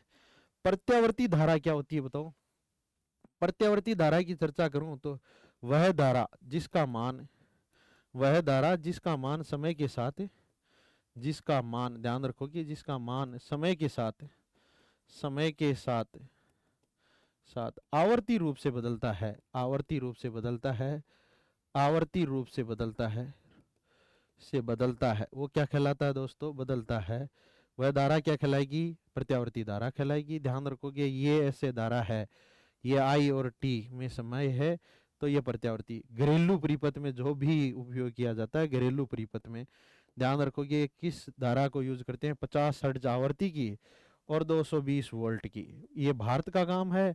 और अमेरिका में ध्यान रखोगे 60 हर्ट्ज और 110 वोल्ट की, ये अमेरिका का खेल है। ये थोड़ा थोड़ा ध्यान रखोगे, छोटी छोटी। इसकी बात करूं तो आवृत्ति 50 हर्ट्ज होती है, आवृत्ति का मतलब 50 हर्ट्ज, मतलब एक सेकंड में, एक सेकंड में, एक सेकंड, सेकंड में लगाए गए चक्रों की संख्या कितनी होगी, लगाए गए चक्रों की संख्या, चक्रों की संख्या, चक्रों की संख्या कितनी होगी, ध्यान रखोगे 50 होगी। कितनी होगी, 50 होगी।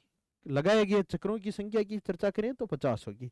तो एक चक्कर में, एक चक्कर में लिया गया समय कितना होगा, एक चक्कर मतलब धनात्मक से, धनात्मक से वापिस धनात्मक होने में, धनात्मक से वापिस धनात्मक, या दोस्तों पॉजिटिव से क्या होने में, पॉजिटिव से वापिस पॉजिटिव होने में, या नेगेटिव से वापिस नेगेटिव होने में, या ध्यान रखोगे ऋणात्मक से, ऋणात्मक से ऋणात्मक होने में लिया गया समय क्या कहलाता है, ऋणात्मक से ऋणात्मक होने में लिया गया समय क्या कहलाएगा, आपके सामने है। ऋणात्मक से ऋणात्मक होने में लिया गया समय, में लिया गया समय, लिया गया समय ध्यान रखोगे कितना होगा समय।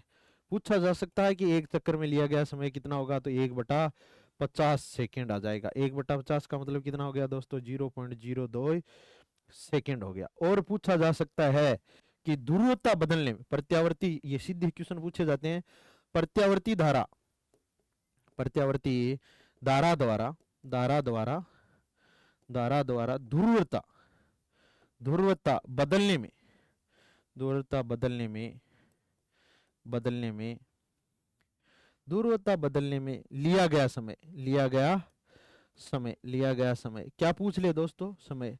पॉजिटिव से क्या बताओ, पॉजिटिव से नेगेटिव, या नेगेटिव से क्या होने में, नेगेटिव से पॉजिटिव होने में, पॉजिटिव होने में, होने में कितना लेगा, होने में लगा समय, लगा समय की चर्चा कर लूं तो कितना आएगा, ध्यान रखोगे 0.01 सेकेंड। ये बात हुई। दिष्ट धारा का मतलब क्या होता है, वह धारा ध्यान रखोगे, वह धारा जिसका, जिसका मान, जिसका मान समय के साथ, समय के साथ, समय के साथ ध्यान रखो कि समय के साथ आवर्ती रूप से नहीं बदलता है, आवर्ती रूप से, आवर्ती रूप से नहीं बदलता है, नहीं बदलता है, वो कौन सी धारा कहलाती है? नहीं बदलता है, वह धारा कौन सी कहलाती है? तो ये ध्यान रखोगे, ये रही। इसकी आवर्ती पूछ ले आपको, आवर्ती पूछ ले तो जीरो होती है। क्या होती है दोस्तों? आवर्ती शून्य होती है। आवर्ती कितनी होगी? शून्य होगी। और ये भी ध्यान रखेंगे, दिष्ट धारा, दिष्ट धारा प्रत्यावर्ती से क्या होती है? अधिक खतरनाक होती है। दिष्ट धारा प्रत्यावर्ती धारा से अधिक खतरनाक होती है, ये ध्यान रखोगे। प्रत्यावर्ती धारा से अधिक खतरनाक होती है, अधिक खतरनाक होती, अधिक खतरनाक होती है, खतरनाक होती है, ये भी ध्यान रखोगे। और क्या कह सकता हूँ बताओ? देखिए यहाँ ये किस में बताओ? देखिए आजकल जो बल्ब होते हैं, बल्ब की चर्चा कर लूँ, बैटरी वाले बल्ब, बैटरी वाले बल्ब में कौन सी होती है? बल्ब में एडीसी होती है। फिर हम चर्चा कर लें किसकी, बताओ? देखिए दोस्तों, अपने पास जो भी संचय कर सकते हैं, मोबाइल की बैटरी में भी कौन सी यूज होती है? मोबाइल की बैटरी भी यही डीसी कंट्रोल करता है। और अकेली बैटरी भी सामान्यतः डीसी की बनी मिल सकती है। तो ये इसके उदाहरण हुआ, और ये प्रीपथ में तो काम में लेते हैं, लिखते हैं। ये प्रत्यावर्ती और दिष्ट धारा का उदाहरण हुआ। अगली बात हम थोड़ी सी कर लेते हैं, किसकी दोस्तों? बात कर लेते हैं अपने पास विद्युत धारा का। कौन सा प्रभाव? विद्युत धारा का, विद्युत धारा का रासायनिक प्रभाव, रासायनिक प्रभाव दोस्तों, रासायनिक प्रभाव की चर्चा कर ले। तो रासायनिक प्रभाव की चर्चा करूंगा तो क्या होगा? जब किसी भी विलयन में, ध्यान रखो कि किसी भी, किसी भी, किसी भी आयनिक विलयन में, आयनिक विलयन में, आयनिक विलयन में, विलयन में धारा प्रवाहित करने पर, धारा प्रवाहित करने पर, धारा प्रवाहित करने पर, ध्यान रखोगे, धारा प्रवाहित करने पर पर रासायनिक अभिक्रिया का होना, रासायनिक अभिक्रिया का होना, रासायनिक अभिक्रिया का होना क्या कहलाता है बताओ? रासायनिक अभिक्रिया का होना, ध्यान रखोगे, होना क्या कहलाएगा? होना रासायनिक प्रभाव कहलाता है। रासायनिक अभिक्रिया का होना ही क्या कहलाता है दोस्तों? रासायनिक प्रभाव कहलाता है। ये छोटा सा है, इसके एग्जाम्पल अपने को याद रखने, ज्यादा कुछ अपने को डिटेल से याद रखने की जरूरत है नहीं है 1% भी। तो हम इसको भी समेट देते हैं कि इसका अपने पास क्या होता है। तो क्या क्या सामान्यतः जो भी अपने पास उपयोग होंगे उसका हम चर्चा करना चाहते हैं। तो एग्जाम्पल पूछे जा सकते हैं, तो ध्यान रखें। एग्जाम्पल क्या है बताओ? देखिए विलयन, विद्युत अपघटे, विद्युत अपघटे, विद्युत अपघटे, अपघटे के का आयनों में, आयनों में विभक्त होना, आयनों में विभक्त होना किसका आधार है? विभक्त होना, ध्यान रखोगे, होना किसका उदाहरण है अपने पास? इलेक्ट्रोलाइसिस की भी चर्चा करें तो किसका उदाहरण है बताओ? देखते, पानी का हाइड्रोजन, अपने पास पानी का जो भी विलयन है उसमें से क्या होना बताओ? देखिए इलेक्ट्रोलाइसिस की चर्चा कर लें। इलेक्ट्रोलाइसिस और इलेक्ट्रोप्लेटिंग ये दो उदाहरण इसी के हैं। इलेक्ट्रोलाइसिस की चर्चा कर लें तो हम क्या कर लें बताओ? देखिए जल, जल के विलयन से, जल के विलयन से, ध्यान रखो कि जल के विलयन से हाइड्रोजन, हाइड्रोजन, हाइड्रोजन व कौन सी गैस दोस्तों? हाइड्रोजन व, ध्यान रखोगे अपने पास ऑक्सीजन, हाइड्रोजन व ऑक्सीजन का अलग होना, ऑक्सीजन का अलग होना, ये क्या कहलाता है? अलग होना। ये भी अलग होना, ये इलेक्ट्रोलाइसिस कहलाता है। कौन सा कहलाता है? तो इलेक्ट्रोलाइसिस उदाहरण है। ये किसका उदाहरण है? इलेक्ट्रोलाइसिस। तो ध्यान रखोगे इलेक्ट्रोलाइसिस की चर्चा करें तो ये पूछा जा सकता है कि ये किस पर आधारित है? तो रासायनिक प्रभाव पर आधारित है। और क्या कर लें तो इलेक्ट्रोप्लेटिंग की चर्चा कर लें। इलेक्ट्रोप्लेटिंग की चर्चा करें तो इलेक्ट्रोप्लेटिंग का मतलब क्या हो गया दोस्तों? इलेक्ट्रोप्लेटिंग भी समझ लीजिए कि किसी, किसी धातु पर, किसी धातु पर, किसी धातु पर, ध्यान रखो कि किसी धातु पर दूसरे धातु की परत चढ़ाना, दूसरे धातु की परत चढ़ाना, ये इलेक्ट्रोप्लेटिंग कहलाता है। धातु की परत चढ़ाना, की परत चढ़ाना, ये क्या कहलाता है? इलेक्ट्रोप्लेटिंग कहलाता है। चढ़ाना, जैसे अपने पास तांबे पर तांबे की परत, तांबे पर तांबे की परत चढ़ा दें, तांबे पर तांबे की परत, या क्या करते हैं दोस्तों अपने पास बताओ, तांबे पर चांदी की परत चढ़ा दें, तांबे पर चांदी या सोने की परत चढ़ा दें, सोने की परत चढ़ा दें, ये भी क्या है अपने पास बताओ, परत चढ़ाना, ये भी किसका उदाहरण है, ये भी ध्यान रखिए अपने पास से। और क्या अपने पास बताओ, कलर कर दें, कलर भी कर सकते हैं अपने पास से। विद्युत के द्वारा विद्युत द्वारा विद्युत द्वारा रंग लेपित करना भी क्या कहलाता है, रंग लेपित करना भी ध्यान रखोगे, लेपित करना क्या कहलाएगा दोस्तों, विद्युत द्वारा लेपित करना ही अपने पास से लेपित करना क्या कहलाता है दोस्तों, ये ध्यान रखोगे। इलेक्ट्रोडों पर जो भी सेल होगा, इलेक्ट्रोडों पर गैसों का जमाव, तो सेल में ध्यान रखोगे, सेल में इलेक्ट्रोडों की चर्चा कर लें, इलेक्ट्रोडों पर गैसों का जमाव कौन सा उदाहरण है, गैसों का जमाव ध्यान रखोगे, जमाव किसका उदाहरण है अपने पास से, विशेषतः है इलेक्ट्रोडों पर ये रासायनिक प्रभाव। और क्या कहते हैं दोस्तों, किसी भी जैसे आलू का रंग परिवर्तित करना, आलू का रंग बदलना, और क्या कहते हैं अपने पास, सेव का भी रंग बदलना, सेव का रंग बदलना, ये क्या कहलाता है बताओ, देखिए बदलना, ये ध्यान रखोगे, ये भी सामान्यतः रासायनिक प्रभाव कहलाता है। आलू में हम करंट प्रवाहित कर दे तो उसका रंग बदल जाता है, ये किसका प्रभाव है, रासायनिक प्रभाव है। धातु निक्षेपण की चर्चा करें, धातु निक्षेपण की चर्चा करें तो भी धातु निक्षेपण भी किसका उदाहरण है, धातु निक्षेपण की चर्चा कर लें तो ये दोस्तों निक्षेपण भी ध्यान रखे किसका उदाहरण है, विद्युत धारा के रासायनिक प्रभाव का उदाहरण है। इसी प्रकार इस चैप्टर को भी हमने दोस्तों समाप्त कर दिया है, रासायनिक और सभी प्रभावों को समाप्त कर लिया है, सभी चर्चाएं आप तक मैंने पहुंचाने का काम किया है।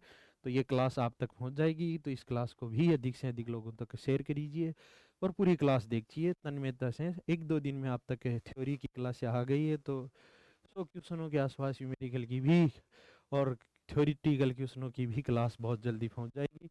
इसी उम्मीद और आशा से हम काम करते रहेंगे कि आप बहुत अच्छे से पढ़ाई कर रहे हो। समय बहुत कम है, बहुत लिमिट का समय है, वो फॉर्म भरे जा रहे हैं, तो आपको ही पता है कि गुमराह होने की बजाय आप तो तन्मय से क्या करें, प्रयास करें। और इसी के साथ हम क्लास को क्या करते हैं दोस्तों, समाप्त करते हैं। ओके, धन्यवाद।